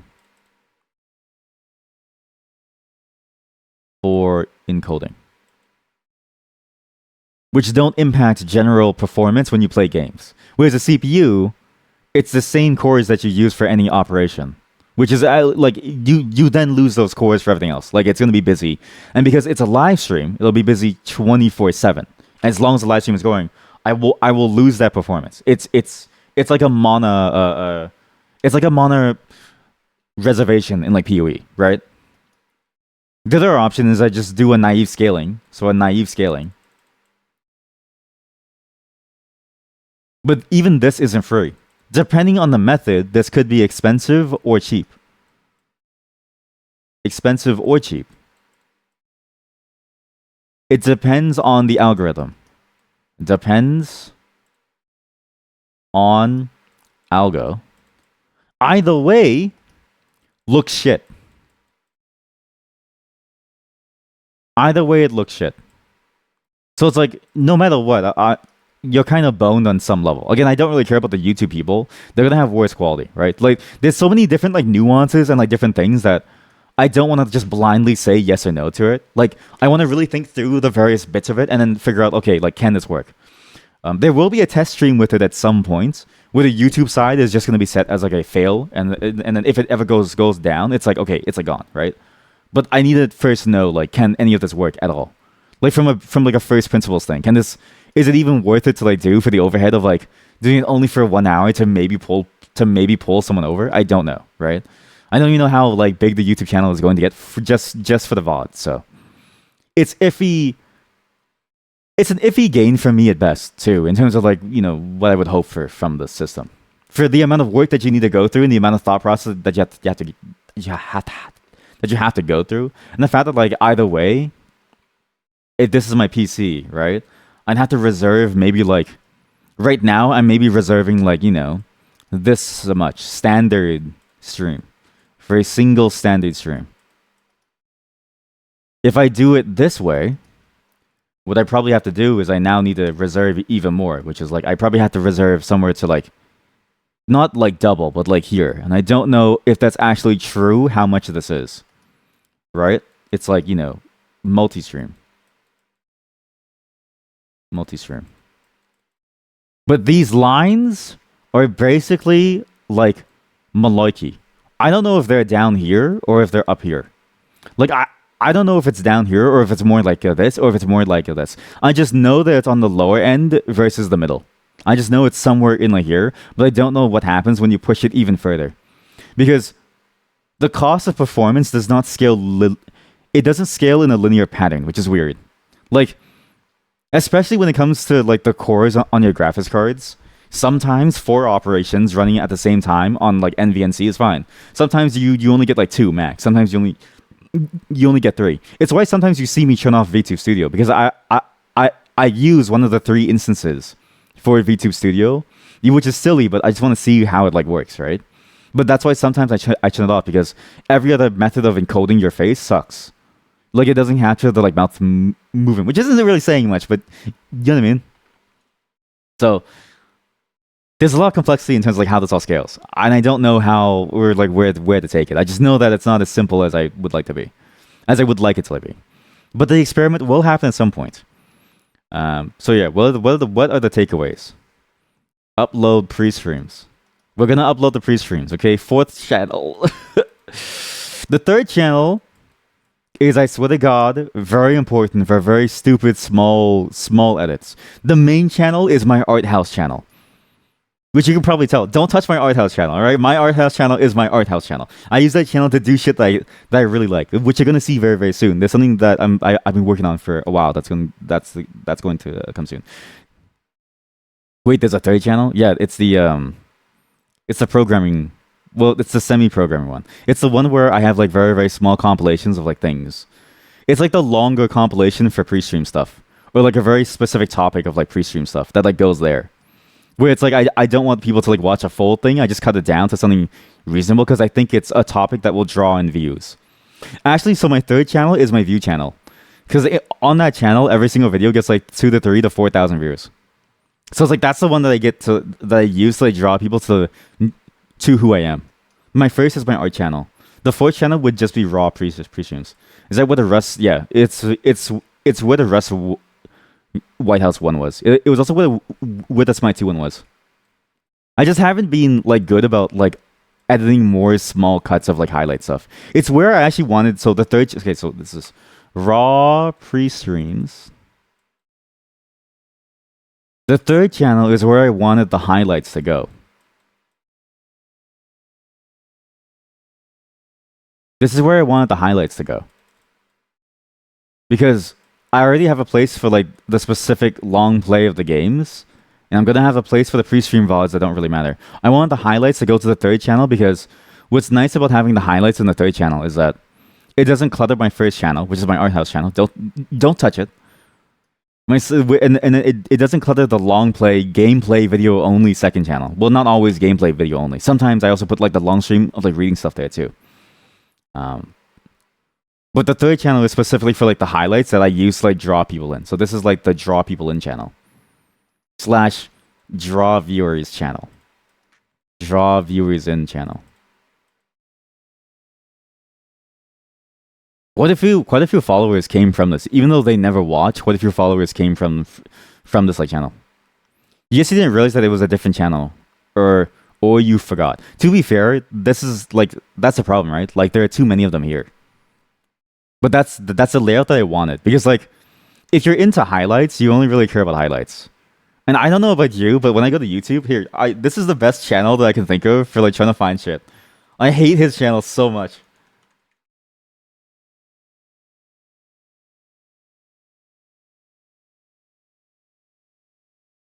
We do this.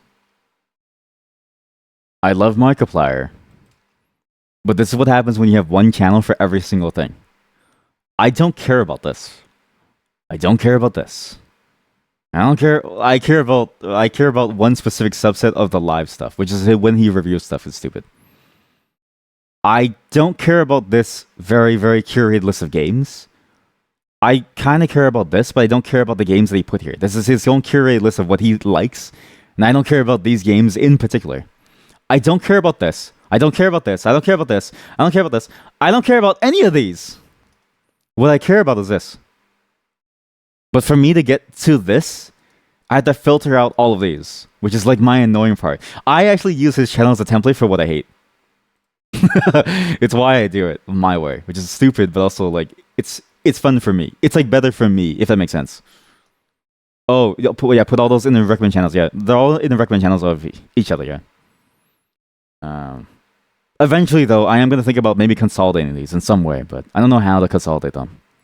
Because I really don't want to put them all in one channel because, again, if you only care about highlights, what I found is that the viewers who only care about highlights, they only care about highlights. If you only care about VTuber clips, those viewers only care about VTuber clips.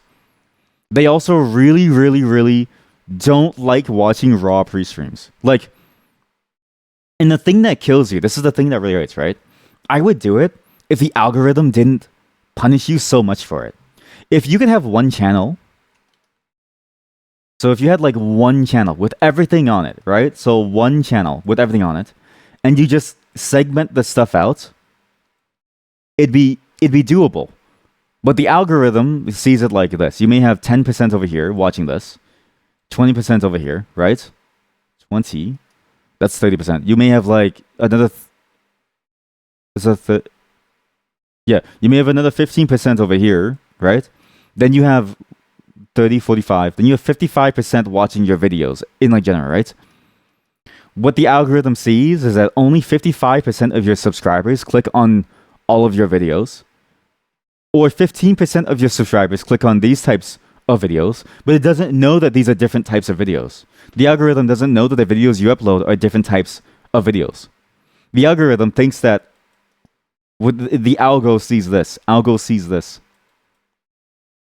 It sees it all as just the same video. Same type of video. So what happens is that your metrics go down like crazy because it'll stop recommending these people videos. It'll stop recommending these people videos. It'll stop recommending, sorry, not like these people. It'll stop recommending because these people only watch 10% of your content, or like 20%, right? It'll stop recommending your stuff because it doesn't even work well with your audience. So why is it going to spend time pushing it out to like the public? The only time it starts to recommend your videos is for this segment of the viewer, the ones who watch your videos, who are like the majority of your audience, who watch the like stuff that they like on your channel that you upload the most. It'll only push those. Like these are considered. It basically has a negative feedback loop on like these ones where the value that you get is like less. So you might be getting like actually 15% value from these videos, which is like annoying. Man, I really don't like spaces. No, I don't like spaces that are superfluous. I care about spaces if they're very easy to delineate from each other, but otherwise no. You think stick living and main videos could easily be on the same channel? That's because you haven't seen what I'm cooking for the main channel. That's because you haven't seen what I'm cooking for the main channel. The main channel is going to be a very, very, very different vibe from everything that I'm making. I'm telling you, chat. My main channel is going to be my art house channel. It's unrelated to everything that I'm doing. My main channel is actually completely unrelated from everything that I'm doing. It's the one channel where I'm like, I have an idea and I want to go with it. All of like basically, okay, so channels. So these are my channels. So channel 1 is where I put the 99% of my creativity into, which you don't see it yet because this one takes like time. Okay, this is like 99% creativity. So 99% of the work, quote unquote, the work into. This is just a very like it just takes a long time too. Channels 2 to 3, channels 2 to 4 is just like stream dumping grounds. So this is my stream dumping grounds. Stream dumping grounds. Basically, the main channel is where you're gonna see the stuff that I care about. These other channels is just shit that I just put them there. It's hard to tell them apart because no spaces and Twitch name is also hard to read. It's like Chubby Emu. Yeah, it's fine. I don't really care about that. Because like it depends on where you see it. Basically, whether it's basically whatever how do you say this? Whatever you see, it doesn't really matter because like it's always suffixed, or at least it should be, by the subject of that channel. I don't know if the third channel ever updated, like the Stick Living one. That one should have updated a while ago. But the VOD channel, for instance, it's like the full name of it, like the actual like canonical name is like the VOD channel. Whereas like the first one, it's like it's just my like name. The third one should say the highlight channel. But I've been trying to update it for like a while, and it for some reason it only shows on the page, but not on the actual name tile. And I don't know why. But that's a whole different matter. That's like username versus like actual canonical name. Like I don't care about the username because most people don't navigate to channels by the username. Most people, when you navigate to channels, you see the canonical name. Like the Markiplier name that you see, that's his canonical channel name. That's not his like username. It just happens to be that they gave him the username afterwards, but that's just the canonical name that he like chose. Some creators don't do a difference. Like Chubby Emu just does it all the same, right? But Chubby Emu is like a whole different thing of like, if you know Chubby Emu, then you know Chubby Emu. You have them by same account. You know there's at the name and the name. No, I have those separate. So I have it all set up correctly. Well, so I know what you're talking about. It's not a bug on how I set it up. It's a bug on YouTube side where it just won't update these like tiles. So I have it set up with the canonical name, which is like the actual name of the channel that you see at the top and like stuff, as well as it should be in those tiles. And then I have the like username, which is like it's kind of the @ but not really the @. The @ name is a third name. This is very stupid. So the @ name on YouTube is a third name entirely. This @ name can actually be anything that you want. I'm not even kidding you. You can make this @ name anything. You don't even have to reserve the same name. So I could have, if I did it early on, or if they didn't do the reservation system, and Markiplier was on like a retirement or like something, I could have stolen his like name for for the @ channel name. There's actually no reason for it to sound the same. This username is also not really how you reference the channel by, because these are brand accounts. So brand accounts don't really have this. What they have is a very ununique string of shit. So this is random text. Is random text.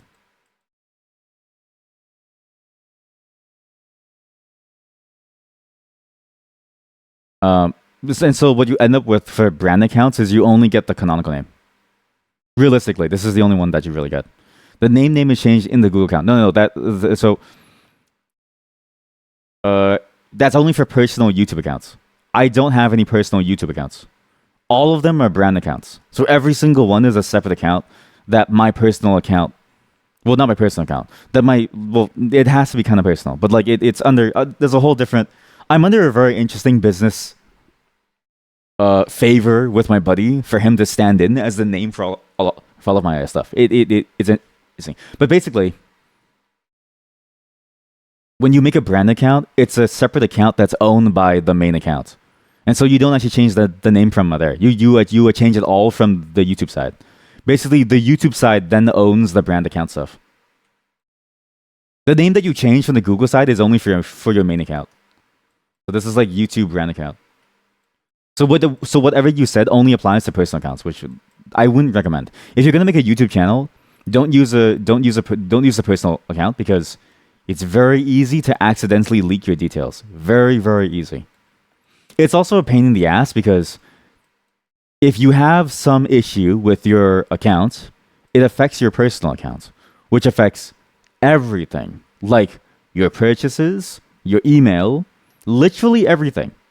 The way this is with the brand account is that the brand accounts act as forwarding addresses effectively. It's not really how it works under the hood, but effectively, the way that you operate with them, it's almost like a forwarding address that just simply goes to you. So if anything happens under any of these accounts, you don't all of a sudden lose access to your entire account forever. And you don't lose access to your Google Photos, and you don't lose access to all this other stuff. It's way easier to do this. Not that I use this account for Google Photos, but like just in general, I would highly recommend brand accounts. This is also one of the only ways that you can get your actual name on your Google accounts that you may need for very important things. Like say you want to use Google Cloud, right? You kind of have to have your real name for legal reasons. It's like there's a whole situation because like it's a tax as well as a whatchamacallit reason. Tax and whatchamacallit, sanctions reasons, right? Like you have to have that. But doing this lets you make an account, like say your username is like shit eater, right? Let's say you want to make a username that's like shit eater, right? You can do it from a brand account, but it doesn't affect your real name on your actual accounts for the legal parts, which makes it significantly easier when you want to like experiment with more Google stuff. So this is how it's currently done. This is why it's like weird. This is why I don't know why that third channel doesn't have it on the tile. Only on the tile that you see in the recommended. It's there on the channel, I think, that says highlight, but I'll have to check it later. I haven't cared about it in like a while because I've been busy with like channel 1. But yeah, just know that channel 1 and channel 3, they're very different. They're going to be very different. They're not even close to the same. I know you think it's the same because the only reason why you think it's the same is because of this like thing, okay? Everyone always thinks this. This is a very common I guess like mental mistake to make because you see it in like programming too. When sample size is low,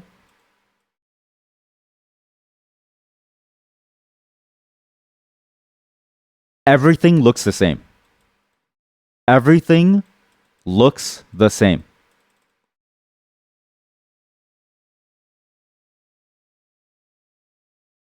This one principle, I think, applies to a lot of things. This even applies to the very common programming principle. Dry. Don't repeat yourself, which is don't repeat yourself. And the overuse of this or the underuse of this, it's very hard to calibrate this when your sample size is very small. If you have only 2 call sites of like something, you might think it's the same thing. Then you add a third call site and you realize, wait, this third call site actually is a very special case. And then you realize that your second call site was actually not actually the same as your first call site. You just ended up hacking a bunch of things that made it look the same. This is a very common problem because we work off of like heuristics. We're not very good at like identifying differences. You only really see differences when you have like a large enough sample size and you get to see more of the minute details. But this is why channel 1 and 3 look so similar to you now, is because I have nothing on channel 1. It's not a you thing. It's just a fact of the matter that like without enough sample size, you can't accurately gauge anything. So this is just a reality of statistics. I hate statistics. I'm gonna go pee. Then I'm back. We're going to play the game, okay? We're actually gonna start the game. But I need to pee. We're gonna go right into the game. Now you understand what my thought process is with the channel. Now you understand a bit of what I was thinking about. There's more that I was thinking about for channel 1, but that's like a channel 1 thing versus like a necessarily a thing that I can like talk about in this like segment here. But that's like all the stuff that I'm thinking about here. Anyways, BRB. Had to be.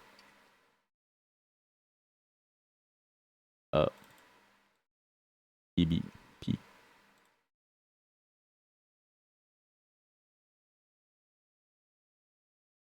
The ads are going to run too, so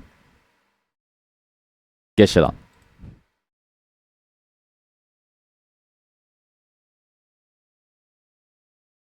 What have you all done?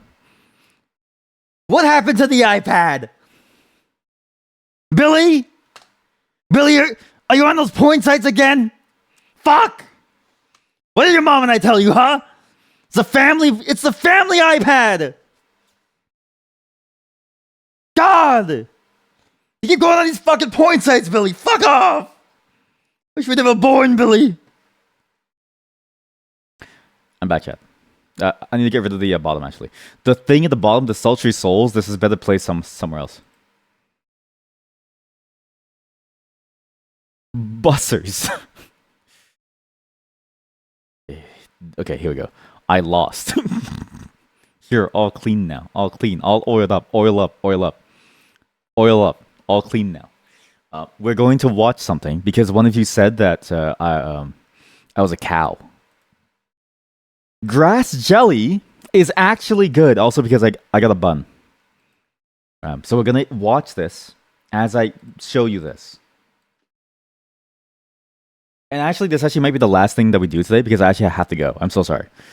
Basically, I have to go help do something. I only have about half an hour left, so it's not really much. That's not really enough time to play Kenshi. This is what happens when you make me spend more time on a just chatting segment. Is we have less time to play games. So I blame all of you. Actually, we washed ourselves. We say so now. We're all say so. Please, master. Please, streamer. Please, streamer. Daddy, please. We're all say so now. Grass jelly. I want to show you all how grass jelly is actually made, because it's actually made very, very nicely and it tastes great. And it's not cow, okay? Like, it actually is good, chat. It's actually really tasty. Great in bubble tea. You ever have bubble tea and you get a grass jelly? This thing tastes delicious. You're so lucky I didn't unmute. It was so loud. YouTube watchers in shambles. Can you imagine the YouTube watchers? They come on and then the stream's over. They're like, "Oh man, what happened?" I'm undoing my buns. Sorry, I get some buns. Okay, I know it's made out of literal grass, but I'm telling you, it actually tastes good. I know what it looks like.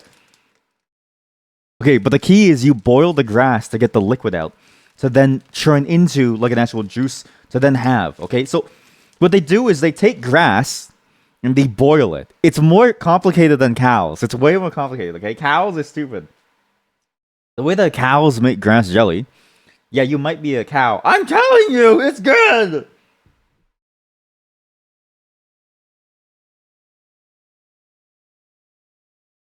Look, it's good. Look, watch. I'm eating some right now. Cow is stupid. Take that back. No.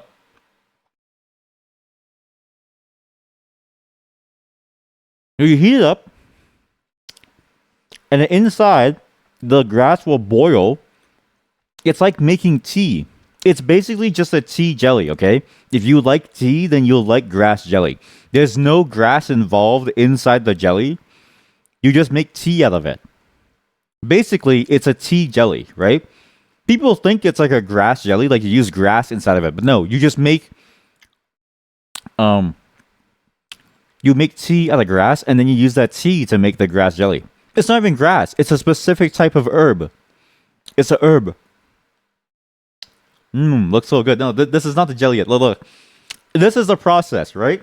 Chat, you ever see the process? Do you know what it takes to go from cow to steak? It's disgusting. That thing dies. Grass jelly, you get a bit of boil. It's only nasty for like one step. Watch, it's gonna look even better. Look. That right there is liquid gold. You just don't know.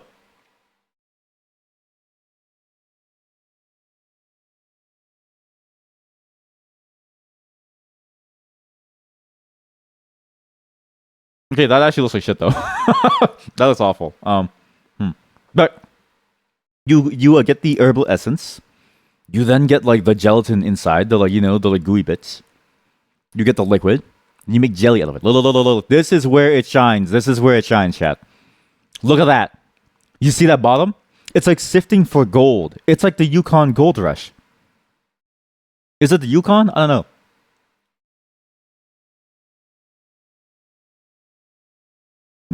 Hello. Alright. I'm eating a bun. You know what is gelatin, right? Yeah. See? Now imagine. Bubble tea is a lot of gelatin. Oh, some of them do. But good bubble tea has quite a bit of gelatin. Now imagine. Do you know what goes inside of it? Do you know what it takes to make it? I'm just saying, chat. Grass jelly is a lot better than what you get from like gelatin. He told us not to talk about our fetishes, just to show his on full screen. This is not a fetish, chat. This is a legal. I can show this to a kid. I can show this to like actual like strangers on the street. No one's gonna freak out. They may think I'm weird for showing them like a video on my phone, but they're not gonna be like, "What the fuck is wrong with you?"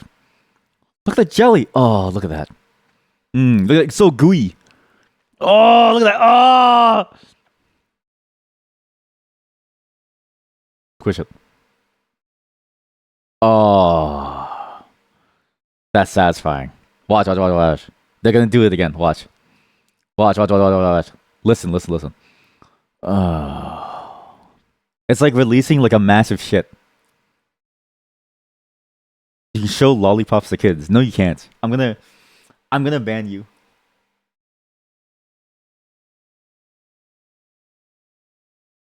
Look at that. Okay, now look. In a drink, look. Oh, look. Oh, that's a lot of grass jelly, man. That's a lot of grass jelly. And look. Ooh, that's a syrup for your bubble tea or your coffee. I don't know. What the fuck is this? Oh, that's a measuring cup. Oh, oh, this is the prepackaged grass jelly that you can bring home. Go to plant a tree after finish this, please. Do you think anyone's ever told them of the typo or no?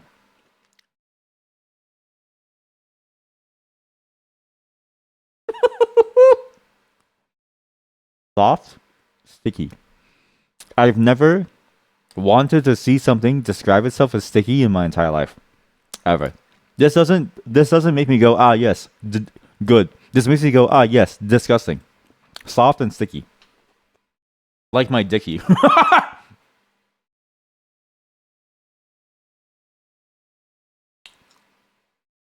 Am I soft sticky or hard sticky? I'm gonna go through a name change. Because of you and like other streamers, like you know Narf, Megan A, Sweet Destination, my like friend, all my friends actually, all of you. I'm gonna when I rebrand, it's gonna be a completely different identity. You won't even recognize me anymore.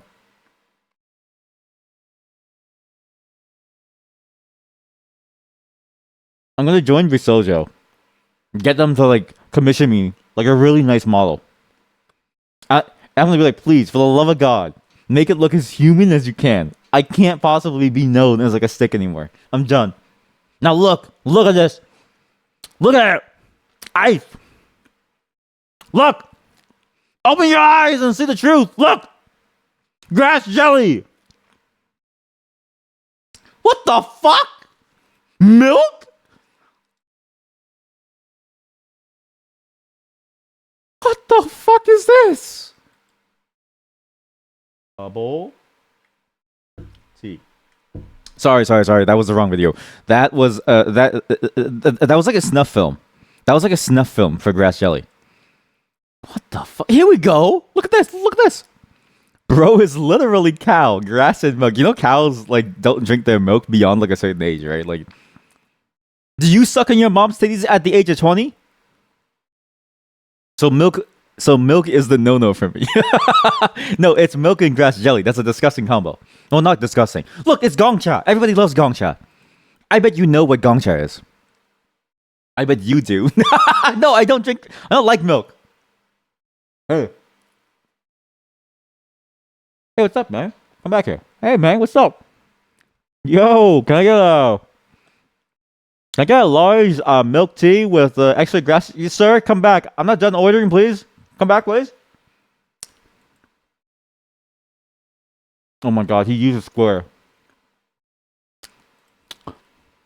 He's actually kind of cute though. He's actually kind of cute, Chad.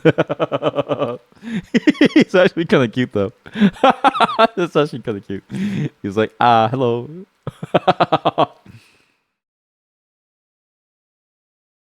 Windows, Senor. Go back. His username is Senor.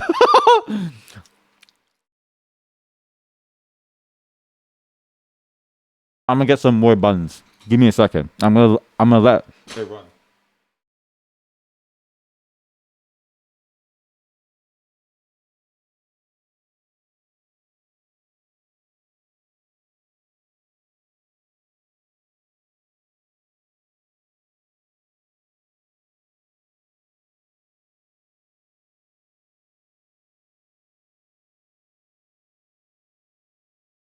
You would have if you could. It's free milk. Can't let things go to waste. So nothing wrong with sucking on cow titty too. No, but that's not how you justify sucking on cow titty. It's fine to suck on a cow's titty. God who cut his hair. Hey. That is a top tier style over in like Asia. In Asia, that is like the top tier style. I'm not even kidding you. As I say, as this person's probably filming in like Australia or like something.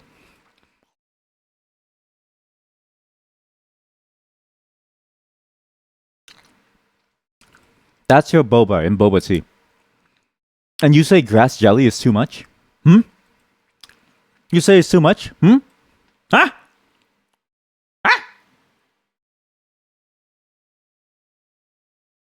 What?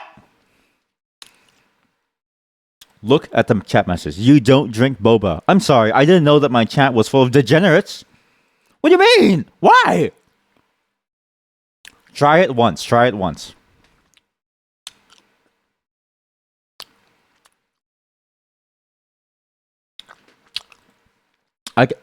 I can read that actually. Jadang. Jadang is like black, like jazz tea, and then dang is good. Earl Grey.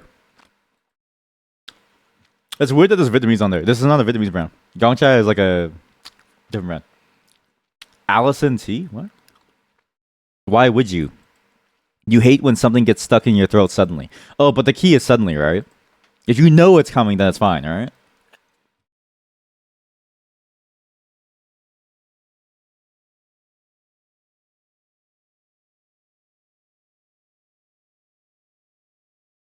Look, grass jelly.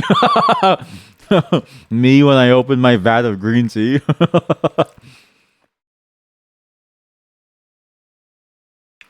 Grass jelly. This is very complicated.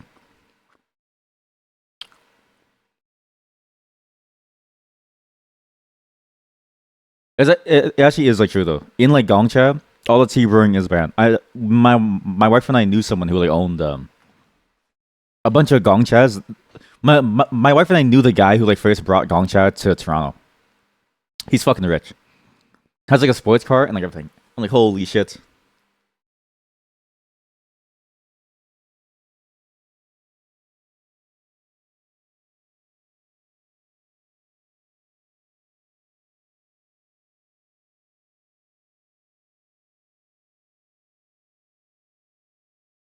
Ooh.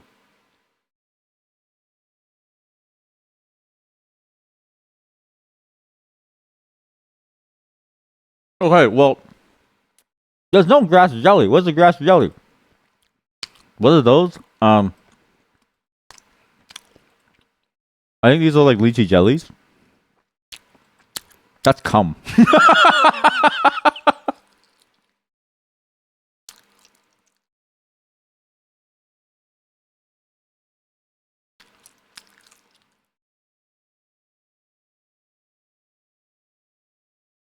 Oh, I have one of those too. Ah, yes, we all have a jar of cum. Yeah, my cum jar. Sorry, that's lychee jelly. The other one was probably like a fruit jelly, I think. Maybe I don't know. By 8 a.m. The grass jelly right there, right there. And this is egg. This is egg. This is like raw egg.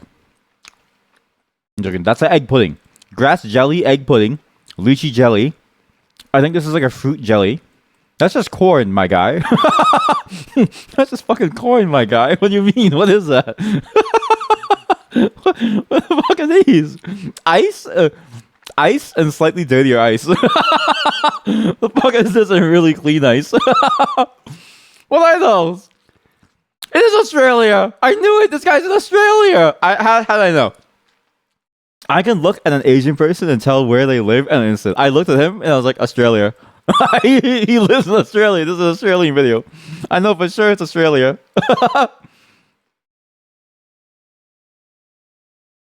Bloody hell. Oh, hey, mate. The hell are those toppings?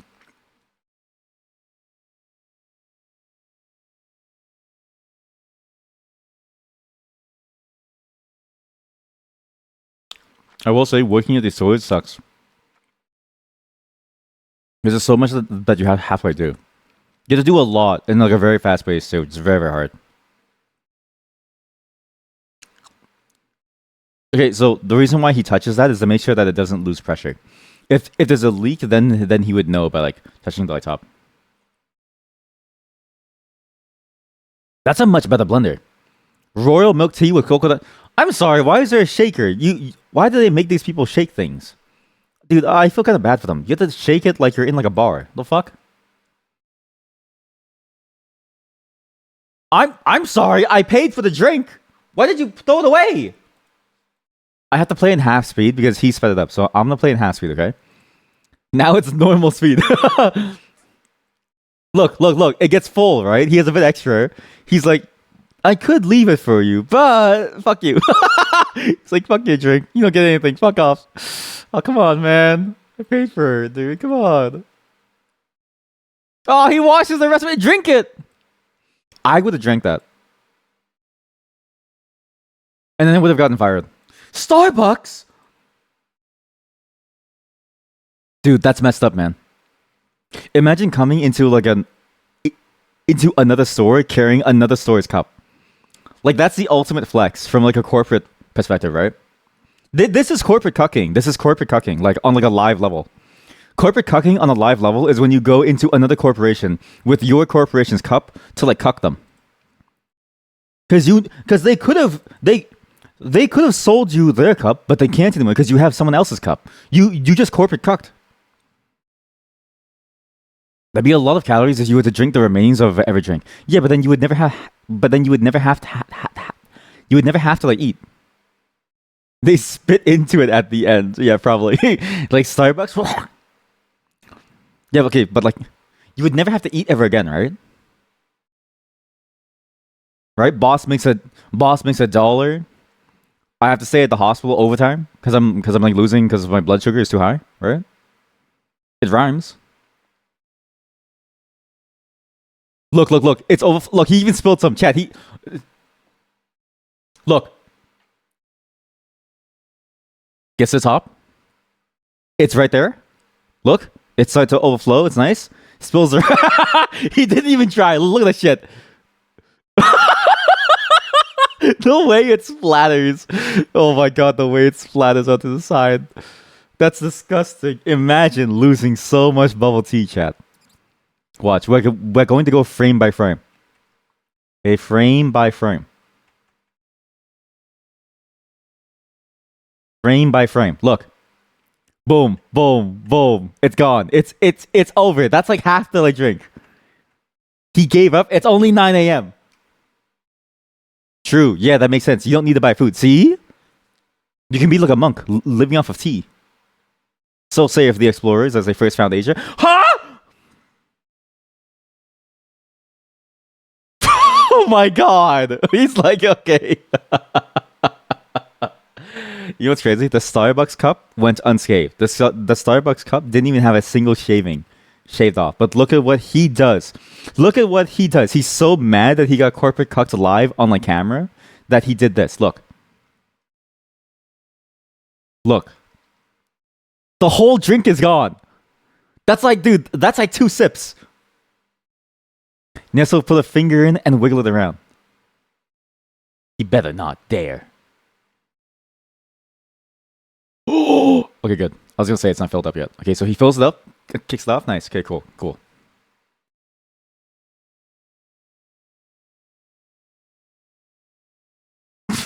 he he just sprayed the like dirty tea water onto the cup. He just he it's friendly fire, man. That's friendly fire. Like I don't know if he realizes this. This actually feels like I'm watching somebody who like is trying to make the worst things. To be fair, it's a hermetically sealed. Well, it's not hermetically sealed, but it's now a hermetically sealed cup. So it doesn't really matter because the plastic is like melted on the top to like seal it, right? It's like glued on. But like, I don't want to touch it anymore. You know what I mean? I love taro. If you can get this powder, eat like a spoonful of it raw. It tastes so good.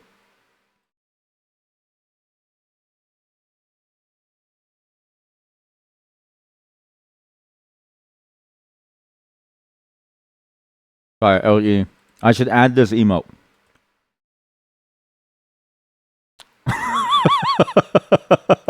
Yeah, I'm down. Okay, yeah, let's add it. That's good. That's a good emote. Totally not sponsored, chatter. Good emote. I wonder who made this emote.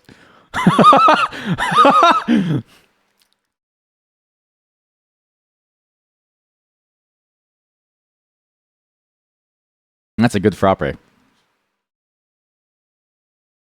Totally not sponsored emote, huh?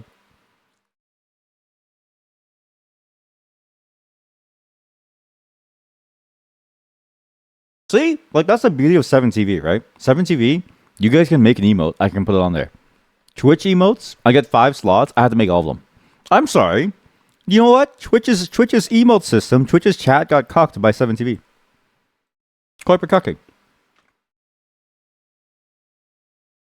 Amazon is where corporate cucks work. Oh, sorry, Twitch. Well, Amazon by extension. Yeah. Please don't cancel my contract. Oh!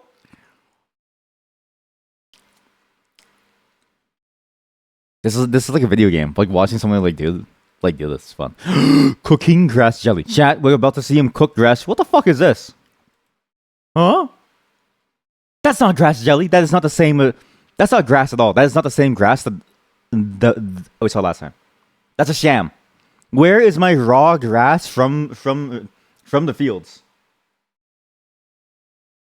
Gelatin. You assume. You're wrong.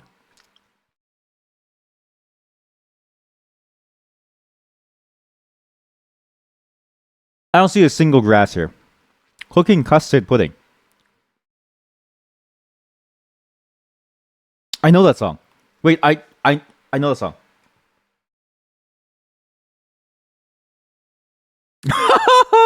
That's one of the most popular Vietnamese songs right now. Or it like was for like a long time. It was in like a TikTok.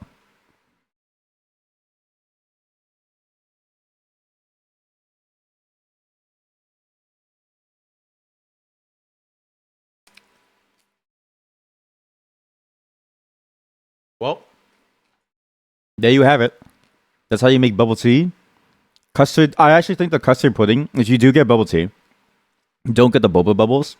If you hate the sudden stickiness, go for the custard pudding, which you'll really like, and try grass jelly. It's a lot easier to go down than the boba itself if you're not used to it. I think those are much easier, like Babby's first boba tea things to like have. So,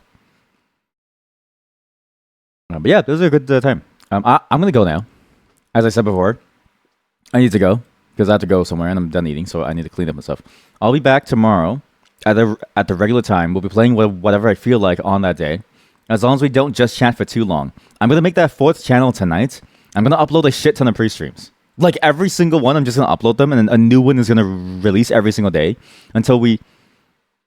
That's stupid. No, what I should do is every day 5 new pre-streams will release until we're up to date, and then we'll do like just the day of for the other ones. Okay. Thank you for showing up. Thank you for giving me all these suggestions. I'm going to not credit any of you. I'm just going to take your ideas and say that it was mine. Okay? Don't cry. Don't be sad. Don't be sad because I'm gone. Be sad that you were ever here. Right? Bye everyone. See you all on Discord. I'll be talking to you all on Discord. I'll give you a breakdown of the song choices. And as always, I don't know what's going to happen tomorrow because it's just I do whatever I want on the day of. You just have to deal with the fact that some days we'll just show up and do random things, okay? Anyways, before I leave, please listen to O Canada again. It's very important to me that you all listen to O Canada. Happy Canada Day, everyone.